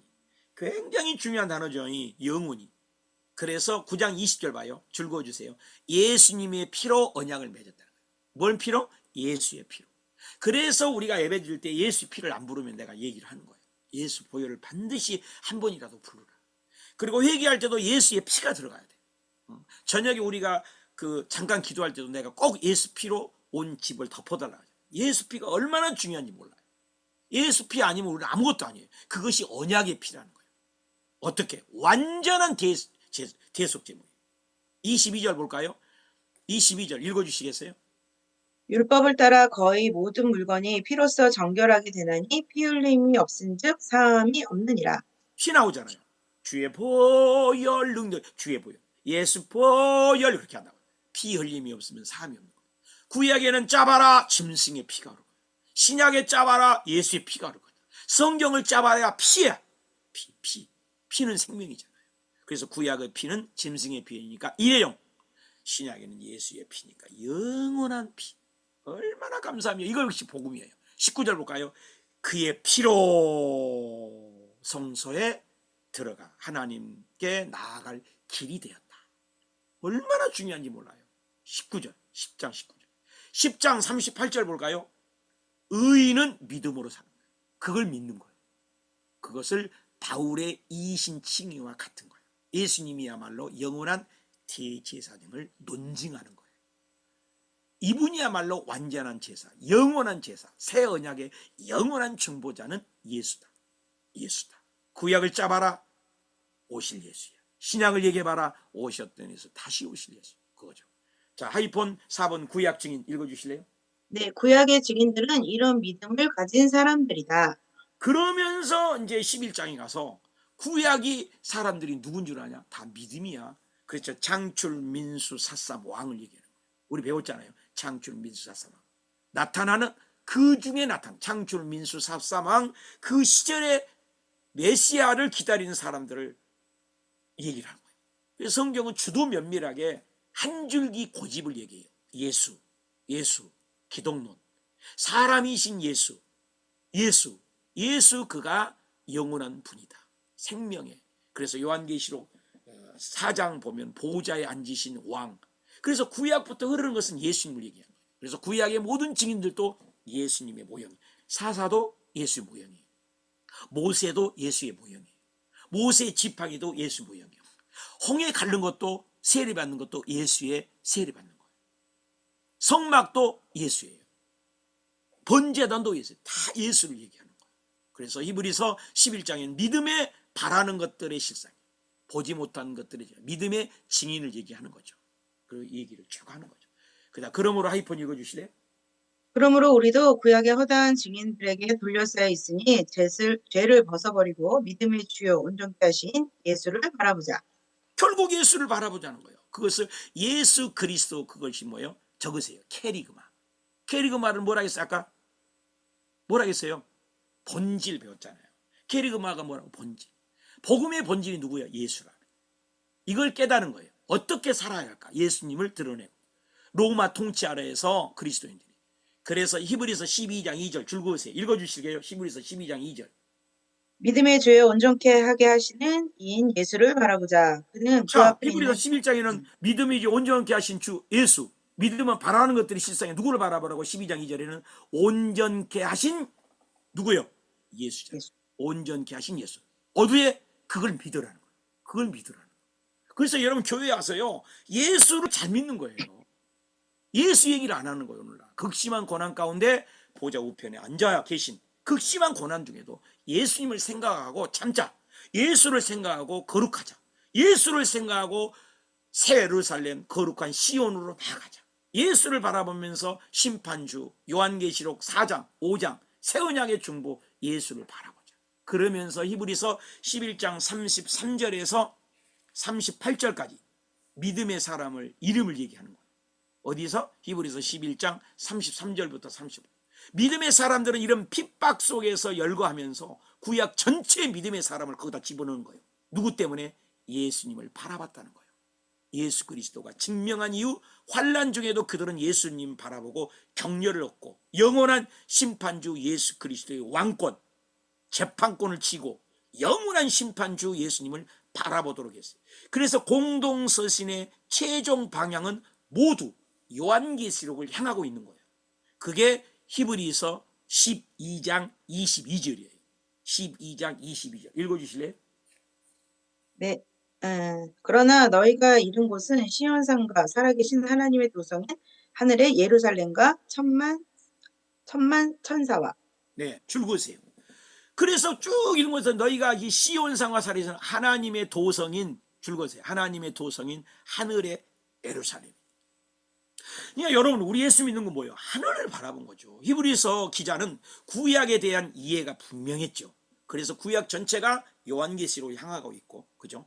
천국을. 신약의 예수 그리스도에 대한 기독론을 정확하게 다루고 있는 게 히브리서죠. 대단한 책이죠. 그래서 결론은 예수를 바라보되 예수는 누구냐? 하늘의 도성인 하늘의 예루살렘에 계신 분이다. 이거죠. 자, 양가로 5번 넘어갑시다. 네, 요한 1, 2, 3, 4 AD 70에서 90년 사이. 자, 이제 요한 1, 2, 3, 4 여기 나왔어요. 많이 했죠. 요한 1, 2, 3, 4 여기요. 지금 요 앞에는 다 했어요 우리가. 그래서 읽어주실래요? 네, 요한 역시 베드로와 거의 비슷한 세월을 살며 여기까지 흘러갔습니다. 처음 예수님을 만났던 따뚜리 공생애 때부터 말입니다. 제일 막내라서 특별히 예수님의 사랑을 받아온 듯한데 가장 늦게까지 진리를 받아서 마무리하는 사명이 있었습니다. 처음에는 예수 혁명 정부가 들어서면 오른쪽, 왼쪽 하며 안고 싶어 했던 야망의 사나이였습니다. 그가 필도의 말씀이 계시니라 이 말씀이 하나님과 함께 계셨으니 이 말씀이 곧 하나님이시라 이렇게 기독론을 정리하기까지 뼈를 깎는 고뇌의 시간들이었을 겁니다. 여기 요한 1, 2, 3절을 기록할 때가 요한복음을 기록할 때와 비슷한 시기이고 요한계시록 기록할 때와도 멀지 않을 때이니까 그의 글들은 평생을 지나오며 완성된 작품들이라고 할 수 있을 것입니다. 그래서 그의 글들은 고난을 머무는 빙하로 있다가 녹아내린 심오한 코발트색 물처럼 신비로운 것 같습니다. 당시 에베소에서 목회할 때 어떤 설교들을 했는지 이 편지들을 통해 엿볼 수 있습니다. 요한복음, 다락방 강론, 포도나무 강론을 기록한 사도 요한답습니다. 그 이야기를 여기서도 하고 있는 셈입니다. 정말 사도 요한은 예수님께 이런 이야기를 들은 겁니다. 가슴에 고여 있으니까 자꾸 생각나서 이렇게 건드리면 나오는 겁니다. 우리도 그럽시다. 네, 고맙습니다. 자, 여기 하면 여기가 좀 전체 100년짜리잖아요. 근데 좀 더 간단히 보기 위해서 자, 요걸 보자고요. 정말이에요. 이제 요한 시대에만 집중을 해요. AD 70년. 그죠? 여기 70년 나오죠. 여기 70년. 디도 장군에서 예루살렘 멸망했죠. 그죠? 예루살렘 멸망했잖아요. 무너지고 유대인들이 학살당하고 흩어졌죠. 흩어졌죠. 그리고 남은 자들이 흩어지고 사도 요한도 에베소에서 사역 중에 고난과 핍박을 어림을 당하죠. 성도들에게 사랑의 편지를 보내죠. 그것이 여기 요한 1, 2, 3서예요. 그때 등장한 것이. 그래서 그걸 4단계로 자, 하이폰 첫 번째 178페이지 첫 번째 읽어주실래요? 네, 요한복음과 비슷한 형식과 내용으로 마치 한 편의 논문 같다. 줄것에 논문과 같다. 인사도 없고 수신자도 없어. 요한복음을 읽고 있는 중인 것 같은 착각을 들 정도로 예수 그리스도요, 그렇죠? 예수 그리스도요, 빛이요, 빛이요, 생명이요, 하나님이시라. 그래서 요한복음 요한일서 1장 1절 보니까 너무 똑같지 않아요? 태초의 말씀이 생명의 말씀을 우리가 보고 만졌다. 우리가 보고 말씀이 육신이 되어 비슷하잖아요. 1장 2절 볼까요? 예수 그리스도는 생명이요. 그죠? 1장 5절 6절에도 예수는 빛이요 하나님이시다. 참고 구절 적었죠? 1장 1절, 2절, 5절, 6절. 너무너무 똑같은 거예요. 요한복음하고. 자, 하이폰 두 번째. 그러므로 예수를 믿는 자들은 사랑하라 하신 새 계명을 지키자. 줄거세요. 사랑. 그래서 요한 1서 2장 3절에서 6절. 3절에서 6절. 사랑의 계명을 지키라. 요한은 그 예수님이 그 다락방에서 그다음에 포도나무 강론에서 사랑하란 말을 다 들은 거죠. 2장 18절 볼까요? 2장 18절. 이것이 마지막 때다. 그러니까 서로 사랑해라. 그다음에 하이폰 예수님 세 번째. 네, 예수님의 재림을 기다리고 있다. 이것도 재림의 신앙이잖아요. 적으세요. 2장 28절. 주의 강림하실 때에 그랬어요. 그러니까 항상 재림의 신앙이에요. 부끄럽지 않게 해라. 자, 네 번째 아들 읽어주실래요? 네, 아들을 소유한 사람은 영원한 생명을 소유한 것이다. 그 아들을 앞에다가 예수라고 적어야지. 예수. 그래서 요한일서 5장 12절입니다. 아들이 그게 누구예요? 예수예요. 그러니까 예수님이 있으면 생명이 있다는 거예요. 예수님이 있으면 뭐가 있다고? 생명이. 예수님이 없으면 생명이 없는 거예요. 정확한 복음이죠. 5장 13절 볼까요? 하나님의 아들의 이름을 아주 어디서 많이 들었죠. 하나님의 아들을 믿는 너희에게 그랬잖아요. 그래서 하나님의 아들을 믿는 너희에게 뭔 준다고 했어요? 영생 있잖아요. 이게 적으세요. 요한일서를 쓴 목적. 뭐라고 해요? 요한일서를 쓴 목적이에요. 그러니까 요한일서를 쓴 목적은 뭐예요? 영생을 예수 그리스도를 믿으면 영생이 있는 것을 믿도록 하기 위해서 기록된 쓴 목적이다 이 말이에요. 적으세요. 5장 20절. 그분은 참 하나님이다. 5장 20절. 그분은 참 하나님이고 영생이다. 그래서 거기다가 요한의 고백. 요한 1, 3서는 동일한 내용이에요. 그래서 이신칭의, 빛, 로고스, 생명, 하나님이신 예수님을 깨달아라. 그 다음에 읽어주실래요? 요한이서? 요한 2서 3서, 요한 1서의 정신을 바탕으로 하고 있다. 그렇죠. 똑같아 다. 아주 사적인 내용이 담긴 것이지. 특히 이제 요한 2서잖아요. 근데 믿음의 자매, 그 자녀 수신을 밝히고 있죠. 요한 3서 다 똑같은 거예요. 사랑하는 가이오 다 형제를 얘기를 하고 있다. 자, 요 내용은 요한계시록을 성경의 모든 내용을 총정리한 요한계시록 이렇게 기록되어 있어요. 자, 한번 읽어주시겠어요? 구약 이야기 까마득 하세요. 만물을 창조하신 하나님이 사람을 창조하셨습니다. 사람들은 공동체로 살아가면서 하나님의 왕권, 창조주 되심을 영광에 내야 할 사명이 있었습니다. 발광체는 유일하신 하나님 한 분이시지만 달이 그 빛을 받아 반사해 내듯 사람들에게 하나님의 영광을 드러내라고 하셨습니다. 하나님을 반사해 낼 수 있는 유일한 피조물이 사람이었기 때문입니다. 그렇게 하나님의 형상과 모양을 반사해내는 삶을 살면서 늘 잊지 말아야 할 것은 하나님은 왕이시다. 그분은 창조주시다라고 인정해 드리는 것이었습니다.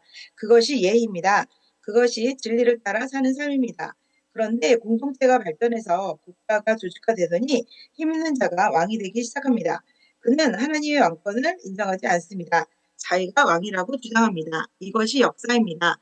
정말 창조주 하나님이 살아 계시다면 그는 반드시 가부간 선악간의 반응을 보이셔야 마땅합니다. 반드시 끝이 있어야 합니다. 반드시 결과가 있어야 합니다. 인류 일반 역사를 그냥 흘려가도록 내버려 두시고 발코니에서 잠을 주무시는 이 신론, 내가 시계를 만들어 놨으니 그냥 알아서 째깍째깍 돌아갈 거야. 난 상관없다. 이 하나님이 아니라면 말입니다. 맞습니다. 하나님의 나라, 하나님의 왕권, 하나님의 권위를 초기 인류 아담 때부터 선악과를 통해 주장하신 하나님은 이스라엘이라는 유형 국가를 통해 그것을 증명해 오셨습니다. 세계사가 흘러가도 힘 있는 통치자들이 왕이 아니다. 는 나다. 우리는 이 이야기를 지금까지 공부하고 읽었습니다. 이스라엘의 국사가 시작될 때도 멸망할 때도 성경의 흐름은 세계화다. 멸망을 향한다. 우주적이다. 이렇게 계속 북을 치면서 흘러왔습니다. 하나님의 나라만 영원하다. 제국주의에 힘 있는 자들의 흥망성쇠를 보라. 그 가운데 나만 왕이다. 이사야를 봐라. 다니엘을 봐라. 에스겔을 봐라. 세상 끝날 마지막 남을 권세는 이스라엘의 하나님의 왕권이다. 그랬습니다. 기다려라. 곧 그 왕권을 가진 자가 나타난다. 그의 나라가 있다. 그는 왕이다. 그러더니 정말 예수께서 오셔서 백성을 위해 목숨을 내놓은 진정한 왕임을 역사 속에서 증명하셨습니다. 그리고 승천하셨습니다. 세계를 돌아다니며 땅끝까지 가서 이 사실을 증언하라고 유언하셨습니다. 그랬더니 정말 그의 제자들이 땅끝까지 다니면서 이 사건을 말하고 다니는 겁니다. 예수는 하나님의 아들로 오신 그리스도다, 왕이다. 이렇게 증언하는 겁니다. 그러면 이제 남은 스토리는 그 왕이 다시 나타나는 겁니다. 온 세상을 가부간 재판하는 일밖에 없습니다. 역사를 멈춰서게 하는 역할이 남았습니다. 왕들을 심판해야 합니다. 만약 그렇지 않다면 그는 창조주도 아니요, 왕도 아니요. 그가 한 모든 자기 주장은 Recording 사기요. stopped. 성경은 통째로 거짓말 경전이 되어버립니다. 결론이 나야 Recording 합니다. in progress. 요한계시록은 그렇게 할 거라는 마지막 예언입니다. 내용을 보라는 겁니다. 구약부터 흘러온 이야기의 총정리가 틀림없지 않느냐 이 말입니다. 정말인지 아닌지 확인해 봅시다. 네, 아이고 고생하셨어. 자, 여기 화면을 보십시오. 여기 보면은 이거 봐요. 요한계시록이 이제 하나 남았잖아요. 다 끝났어요. 다 이제 정리했잖아요. 요한계시록 결코 어렵지 않아요. 창조부터 쭉 흘러오는 거. 이게 소아시아이거든요. 요한계시록에 통해서 완성하는 지점이니까 결론을 맺는 거예요. 그래서 에베소, 그죠? 다 거기에요. 저도 가봤거든요. 터키예요. 터키. 지금 터키. 에서 보두 사빌라. 에베소 서마나 보마 두아데라 사대 빌라델비아라고. 다 거기죠. 오밀조밀. 이것은 보가모. 그죠? 그 다음에 여기는 두아디라. 그죠? 서마나. 그 다음에 또 아시아. 아데미 신전. 이런 게 있어요. 그 다음에 회당의 자리. 기둥이 하나가 얼마나 큰지 5명이 어른이 잡을 정도. 이런 흔적들이 실제 이게 빌라델비아 칭찬만 있는 그죠? 아시아 에베소 교회, 그죠? 두란노성 같은 곳이에요. 이런 데서 바울이 복음을 전했는 거죠. 이런 라오디아 교회, 히아볼레라겠죠. 근처 라오디아 교회 이런 데 다 가봤어요. 저도. 그래서 이 100년 역사가 이제 여기 정리가 되는 거죠. 100년 역사가 여기에서. 자, 그렇다면 간단하게 정리합시다. 180페이지 방가로 1번. 요한이 언제 어떻게 이 계시를 받았을까? 어떻게 받았을 것 같아요? 때는 거기다가 로마 도미티아누스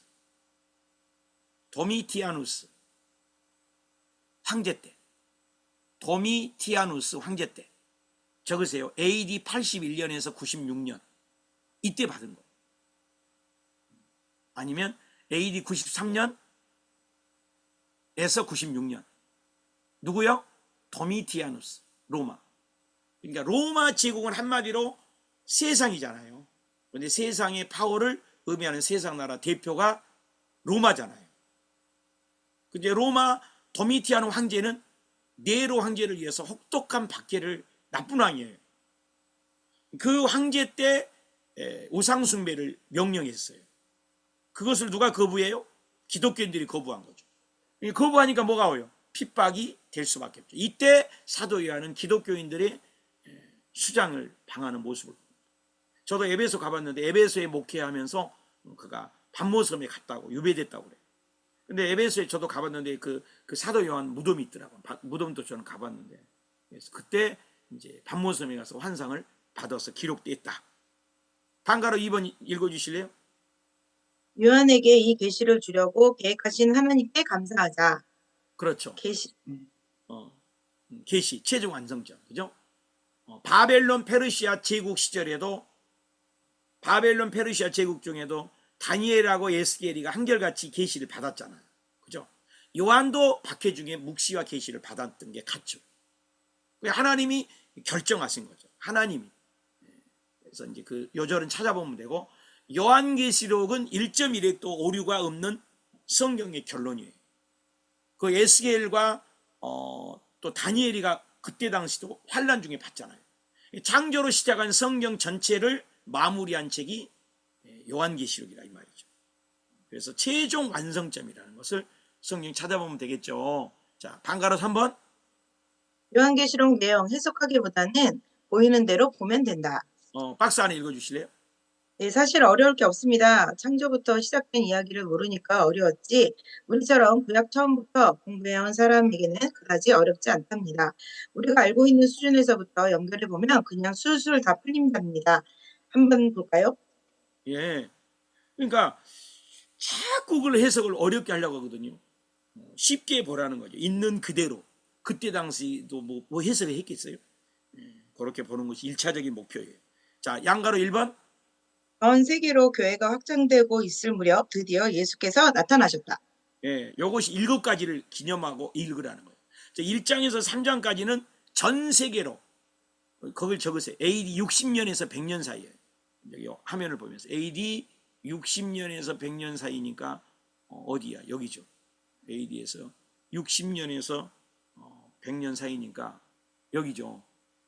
여기에서 요 사이. 그죠? 예수 사건을 땅끝까지 전하는 지상 명령이 뭐예요? 활발하게, 그때 이제 속사부라고도 하고 교부 시대라고도 해요. 그래서 이제 그때 뭐예요? 지금 핍박이 제일 많을 때잖아요. 그러면 요한계시록에는 뭐라고 썼겠어요? 따르세요. 위로, 따라서 했어요. 위로 편지예요. 그러니까 요한계시록을 자꾸 무섭게들 하거든요. 그러니까 절대 그렇지 않아요. 위로 편지라는 거예요. 위로 편지. 굉장히 중요합니다. 그래서 1장 1절에도 예수 그리스도의 계시라 그랬어요. 계시. 아포칼립스 계시. 예수님은 사도행전과 서신서, 공돈 서신서의 스토리를 알고 있어요? 모르요? 알고 있죠. 소아시아 7교회에 편지를 보내라고 알고 있는 거예요. 그때 바울을 통해서 편지가 다 간 거 예수님이 왜 몰라? 알죠. 그러니까 너는 그들에게 또 편지를, 1장 4절, 요한은 아시아에 있는 7교회에게 너는 보내라. 근데 바울을 통해서 지금 여러 군데 보낸 거 알고 있단 말이에요. 근데 너는, 요한이 너는 7교회에 편지를 보내라. 1장 11절, 에베소, 아까 봤죠? 서마노, 버가모, 두아디라, 사데, 빌라디아, 라우디아, 7교회. 이건 예수님은 오고 올 모든 교회에도 다 알고 계시겠죠. 왜? 그 7교회를 알고 계신 것처럼. 그래서 금초대 사이에 지나가시는 왕, 교회야말로 하나님의 왕권이에요. 그러니까 교회를, 여러분, 교회론이 지금 문제예요. 교회가 누구냐 말이에요. 예수님의 몸이라는 거예요. 몸을 건드리면 안 돼요. 몸을 건드리면.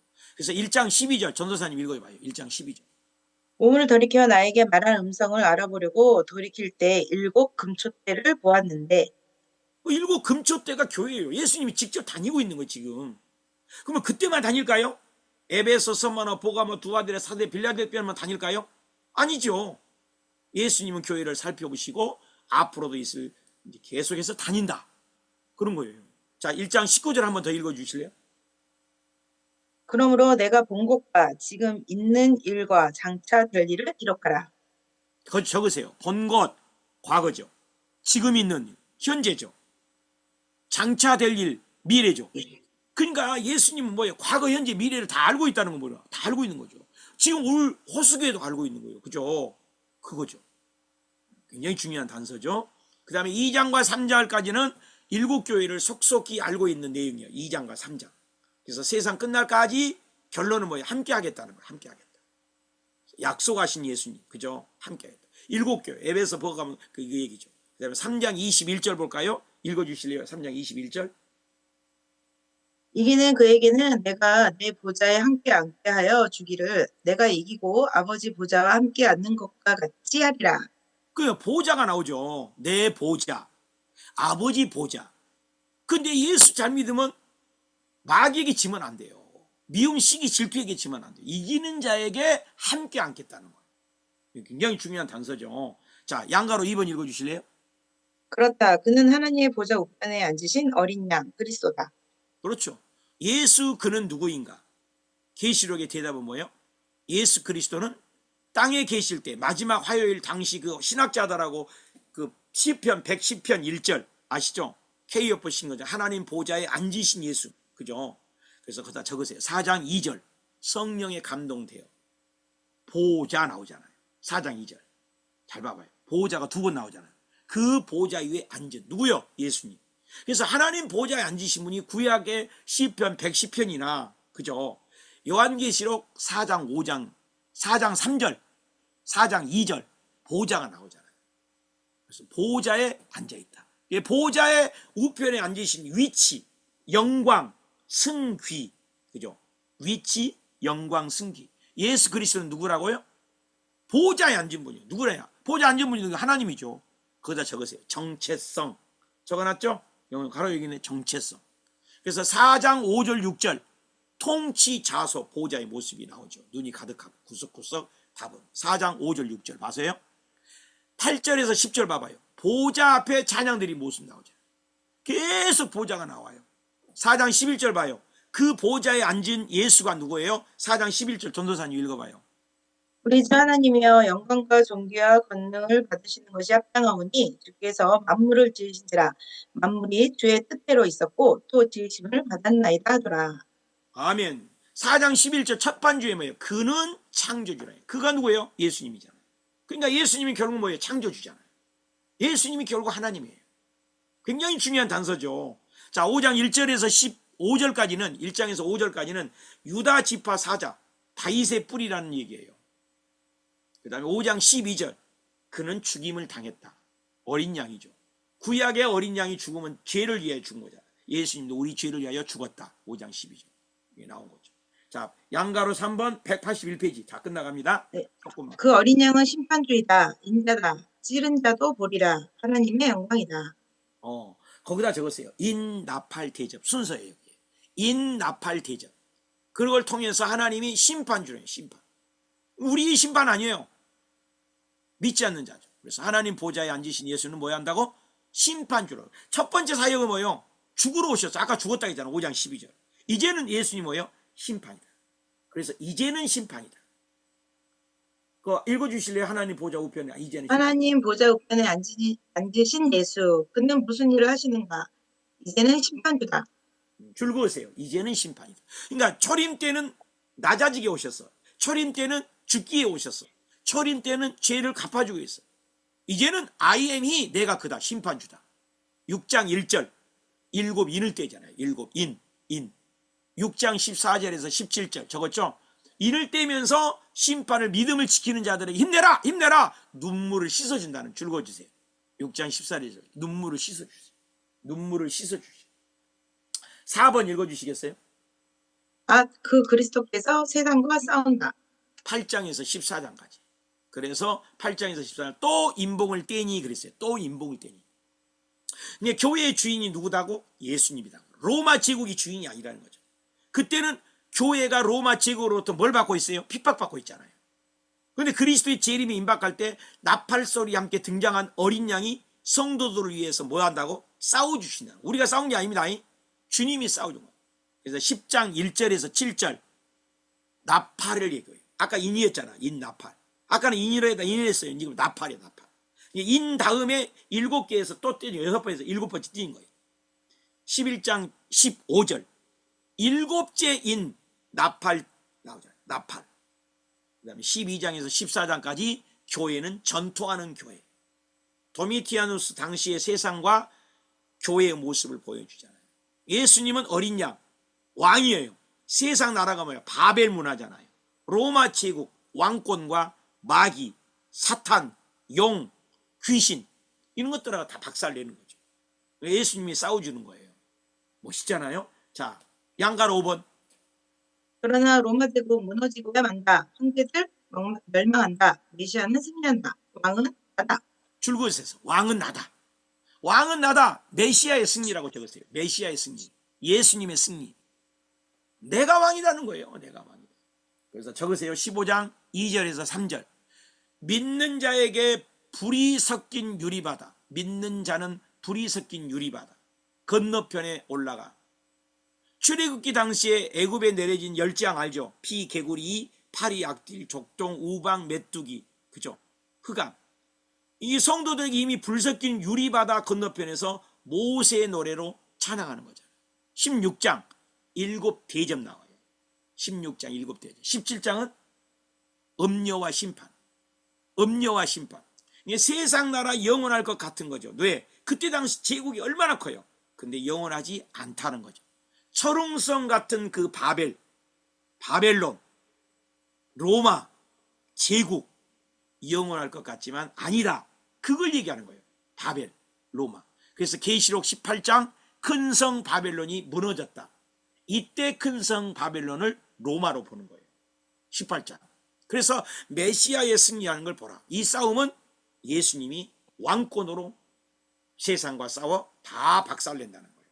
그래서 19장 세상을 이긴 모습이 할렐루야 단어가 몇 번 나오는지 찾아보세요. 집에 가서. 19장 계속 할렐루가 나와요. 많이 나오죠. 어린 양 혼인잔치에 열려서 할렐루야 할렐루야 할렐루야. 그래서 할렐루야.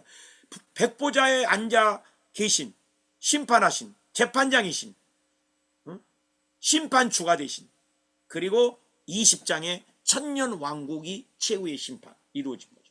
그리고 20장 14절 적으세요. 마지막에 용을 잡아서 용이 뭐예요? 사탄이잖아요. 대빵이잖아요. 잡아서 불과 유황에 타는 못에 집어넣는다. 이것이 둘째 사망이다. 그러니까 지옥은 사탄 마귀를 다주려고 한 거예요. 근데 왜 사람이 지옥 가요? 용 사탄 마귀를 따라가기 때문이죠. 절대 사람을 지옥 보내려고 만든 것이 아니라는 걸 알아야 되죠. 자, 6번 읽어주시겠어요? 다 끝났어요? 네, 메시아 죽임 당하신 어린 양, 인자의 영원한 왕국, 새하늘과 새 땅이 온다. 자, 하늘로부터 새 땅, 완성된 새 예루살렘, 하나님 나라. 이 구약의 그 묵시에서 계속 얘기했던 그 에스겔에서 측량을 재어보니 영락 없는 에스겔 그대로 이루어진 거예요. 이게 묵시 문학이 다 연결된 거예요. 계시록 어렵지 않죠. 이게 에스겔도 우리가 공부했잖아요. 새하늘 새 땅. 그래서 21장 1절 나오죠. 새하늘과 새 땅에 주님이 오신다. 그죠? 21장 3절 하나님의 장막. 하나님의 장막. 21장 4절 죽는 것도 고가는 것도 사망이 없다는 거예요. 그러니까 예수님이 오시면 우리는 좋은 거야. 왜? 죽는 것이 없다니까. 눈물 흘린 것이 없다는 거예요. 아픈 것이 없다는 거예요. 사망이 없다는 거예요. 이렇게 좋은 관점만 보고 읽어야지 그걸 막 영해를 해버리면 안 된다는 거죠. 위로하는 책이라는 거죠. 그 핍박받고 있는 그들에게. 21장 9절 볼까요? 새 예루살렘과 새 땅이 온다는 거예요. 자, 21장 9절 10절 우리 전사님 한번 읽어봐요. 네, 7대접을 가지고 마지막 7 재앙을 담는 일곱 천사 중 하나가 나와서 내게 말하여 이르되 이리 오라 내가 신부 곧 어린 양의 아내를 내게 보이리라 하고 성령으로 나를 데리고 크고 높은 산으로 올라가 하나님께로부터 하늘에서 내려오는 거룩한 성 예루살렘을 보이니. 네, 거기다 줄거세요. 어린 양의 아내. 자, 어린 양이 누구예요? 예수님이죠. 아내, 거기다 줄거세요. 교회야, 교회. 그러니까 우리 교회 구약의 마지막도 새 성전과 회복이다. 창조 때 꿈꾸었던 하나님의 왕국이 완성되는 거죠. 창세기 1장에 다시 묶이는 순간이에요. 창세기 1장이 회복되는 거예요. 하나님은 세계사의 왕이다. 생명나무가 드디어 여기에 있죠. 구약에는 없어졌잖아요. 선악과는 없어요. 완성된 하나님 나라가 에덴보다 승한 하나님 나라가 요한계시록에 생명나무가 등장해요. 구약에는 생명나무를 불별거로 감췄다고 했잖아요. 그 요한계시록은 그 생명나무가 다시 있는 거예요. 우리가 영원히 사는 생명나무를 먹는 거예요. 그게 22장 2절 꼭 읽으세요. 읽어주세요. 22장 2절. 네. 길 가운데로 흐르더라. 강 좌우에 생명나무가 있어 12가지 열매를 맺되 달마다 그 열매를 맺고 그 나무 잎사귀들은 만국을 치료하기 위하여 있더라. 모든 걸 치료하는 거예요. 줄거세요. 강 좌우의 생명나무. 야, 창세기에 있던 그 생명나무가 중간에 아무도 없었어. 여기에 등장하잖아요. 그래서 그 요한계시록은 무슨 책이요? 창세기 1장을 완벽하게 이루어지는, 이렇게 봐야 됩니다. 그러니까 요한계시록이 힘바람 나와서 읽어야 돼. 고통 가운데 너무나 영예를 한단 말이에요. 오늘날 생명나무가 등장한다니까요. 그래서 요한이 고백을 하는 거예요. 7절 7번 읽으세요. 양가로 7번. 오 아멘입니다. 주여 오시옵소서 당신을 기다립니다. 하나님이 통치하니까는 오 아멘 오시옵소서. 요한에게 실제예요. 실제. 그저 얼른 보고 싶은 예수님이 다시 오셨으면 좋겠다는 요한의 열망, 입장, 오리라 하신 인자가 오시는 그날, 영원할 것 같은 세상 나라 로마 심판을 받지만, 지금 내가 핍박을 받고 있지만 무너질 것 같았던 하나님 나라는 영원히 주님과 함께 어떻게 해요? 새하늘 새 땅을 누리게 된다는 거죠. 그래서 예수님을 기다려요. 자, 마지막으로 다 같이 읽읍시다. 22장 마지막 절 20절과 21절 이런 마음을 가지고 읽읍시다. 계시록 20장 다 찾아요. 22장 끝절 20절에서 21절 시작. 이것들을 증언하시니까 이르시되 내가 진실로 속히 오리라 하시거늘 아멘 주 예수여 오시옵소서. 주 예수의 은혜가 모든 자들에게 있을지어다. 아멘. 자, 소망의 책이죠. 아멘 주 예수 오시옵소서. 줄거세요. 아멘 주 예수 오시옵소서. 그러니까 오실 날을 기다리는 거예요. 모든 예수 믿는 자에게 은혜가 있는 거죠. 자, 오늘 마무리하고 읽읍시다. 자, 다 같이 함께 크게 읽고 마칩시다. 읽어봐요. 시작. 열방 제국은 무너지고 죽임당하신 어린 양은 영원히 통치하시리라. 하나님은 왕이시다. 아멘. 주 예수여, 예수여 어서 오시옵소서. 여기서 우리는 할 말이 없습니다. 그저 보좌 앞에 죽은 자처럼 엎드릴 수밖에요. 여러분, 하나님의 나라가 있습니다. 이 나라에 올인합시다. 천국은 마치 보화가 담긴 항아리가 묻혀있는 장소를 아는 사람이 모든 것을 팔아서 그 밭을 사는 것과 같다고 했습니다. 예수께서 이런 비유를 하셨는지 아시겠습니까? 전 세계의 왕권을 상징하는 로마 제국을 무너뜨리고 하나님의 나라, 어린 양의 나라, 그 나라만 영원히 남았을 것이기 때문입니다. 그렇기 때문에 이 사실을 꼭 마음에 간직하고 하나님의 말씀, 이 계시의 말씀을 가감하지 말고 읽고 듣고 지키라는 것입니다. 암행어사의 업대가 있으니까 너무 두려워하지 말고 열심히 교회를 이뤄 나가라는 것입니다. 초대교회 1차 청중은 핍박받는 분들이었기 때문입니다. 그들 교회 사자들에게 용기를 주고 싶었던 것입니다. 21세기 한국 사람으로 살고 있는 2차 청중인 우리의 귀에도 과연 이 계시록이 들리겠습니까? 읽어지겠습니까? 예수님을 전하느라 고생도 해보지 않았지, 핍박도 받았지 않았지. 그런데 이 메시지가 이해되겠습니까? 오늘 신구약 성경 전체를 마무리하는 마지막 순간에 당신은 무슨 생각을 하십니까? 하나님은 왕이시다. 그는 나를 지으신 창조주시다. 세계사를 주관하시는 왕 중의 왕이시다. 그분이 세상 속으로 들어와 사람으로 사셨다.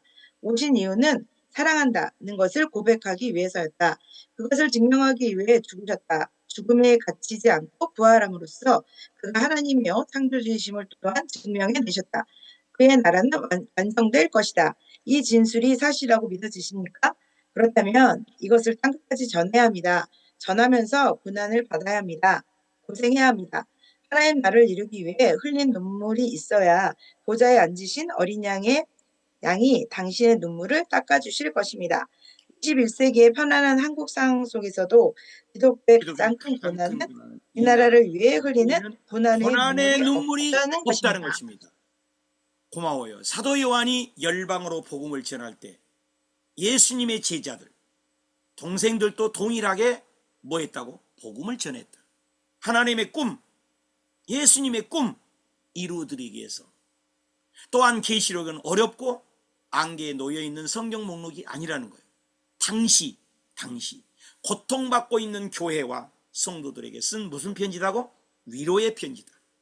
그러므로 오늘 우리가 앞으로 읽을 때 신혼의 때가 온다는 것을 믿고 영원한 하나님 나라의 완성, 영광 본 사람답게 열방으로 나아가 하나님 나라, 곧 오실 예수 세워가는 자로 우리가 살아야 돼. 지금까지 구약 13곳, 신약 12번, 25번을 우리가 공부했어요.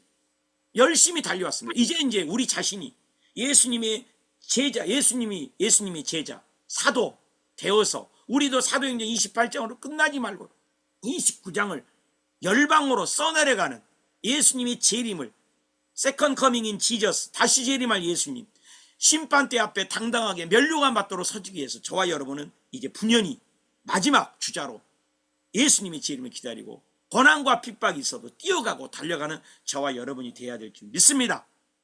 수고하십니다.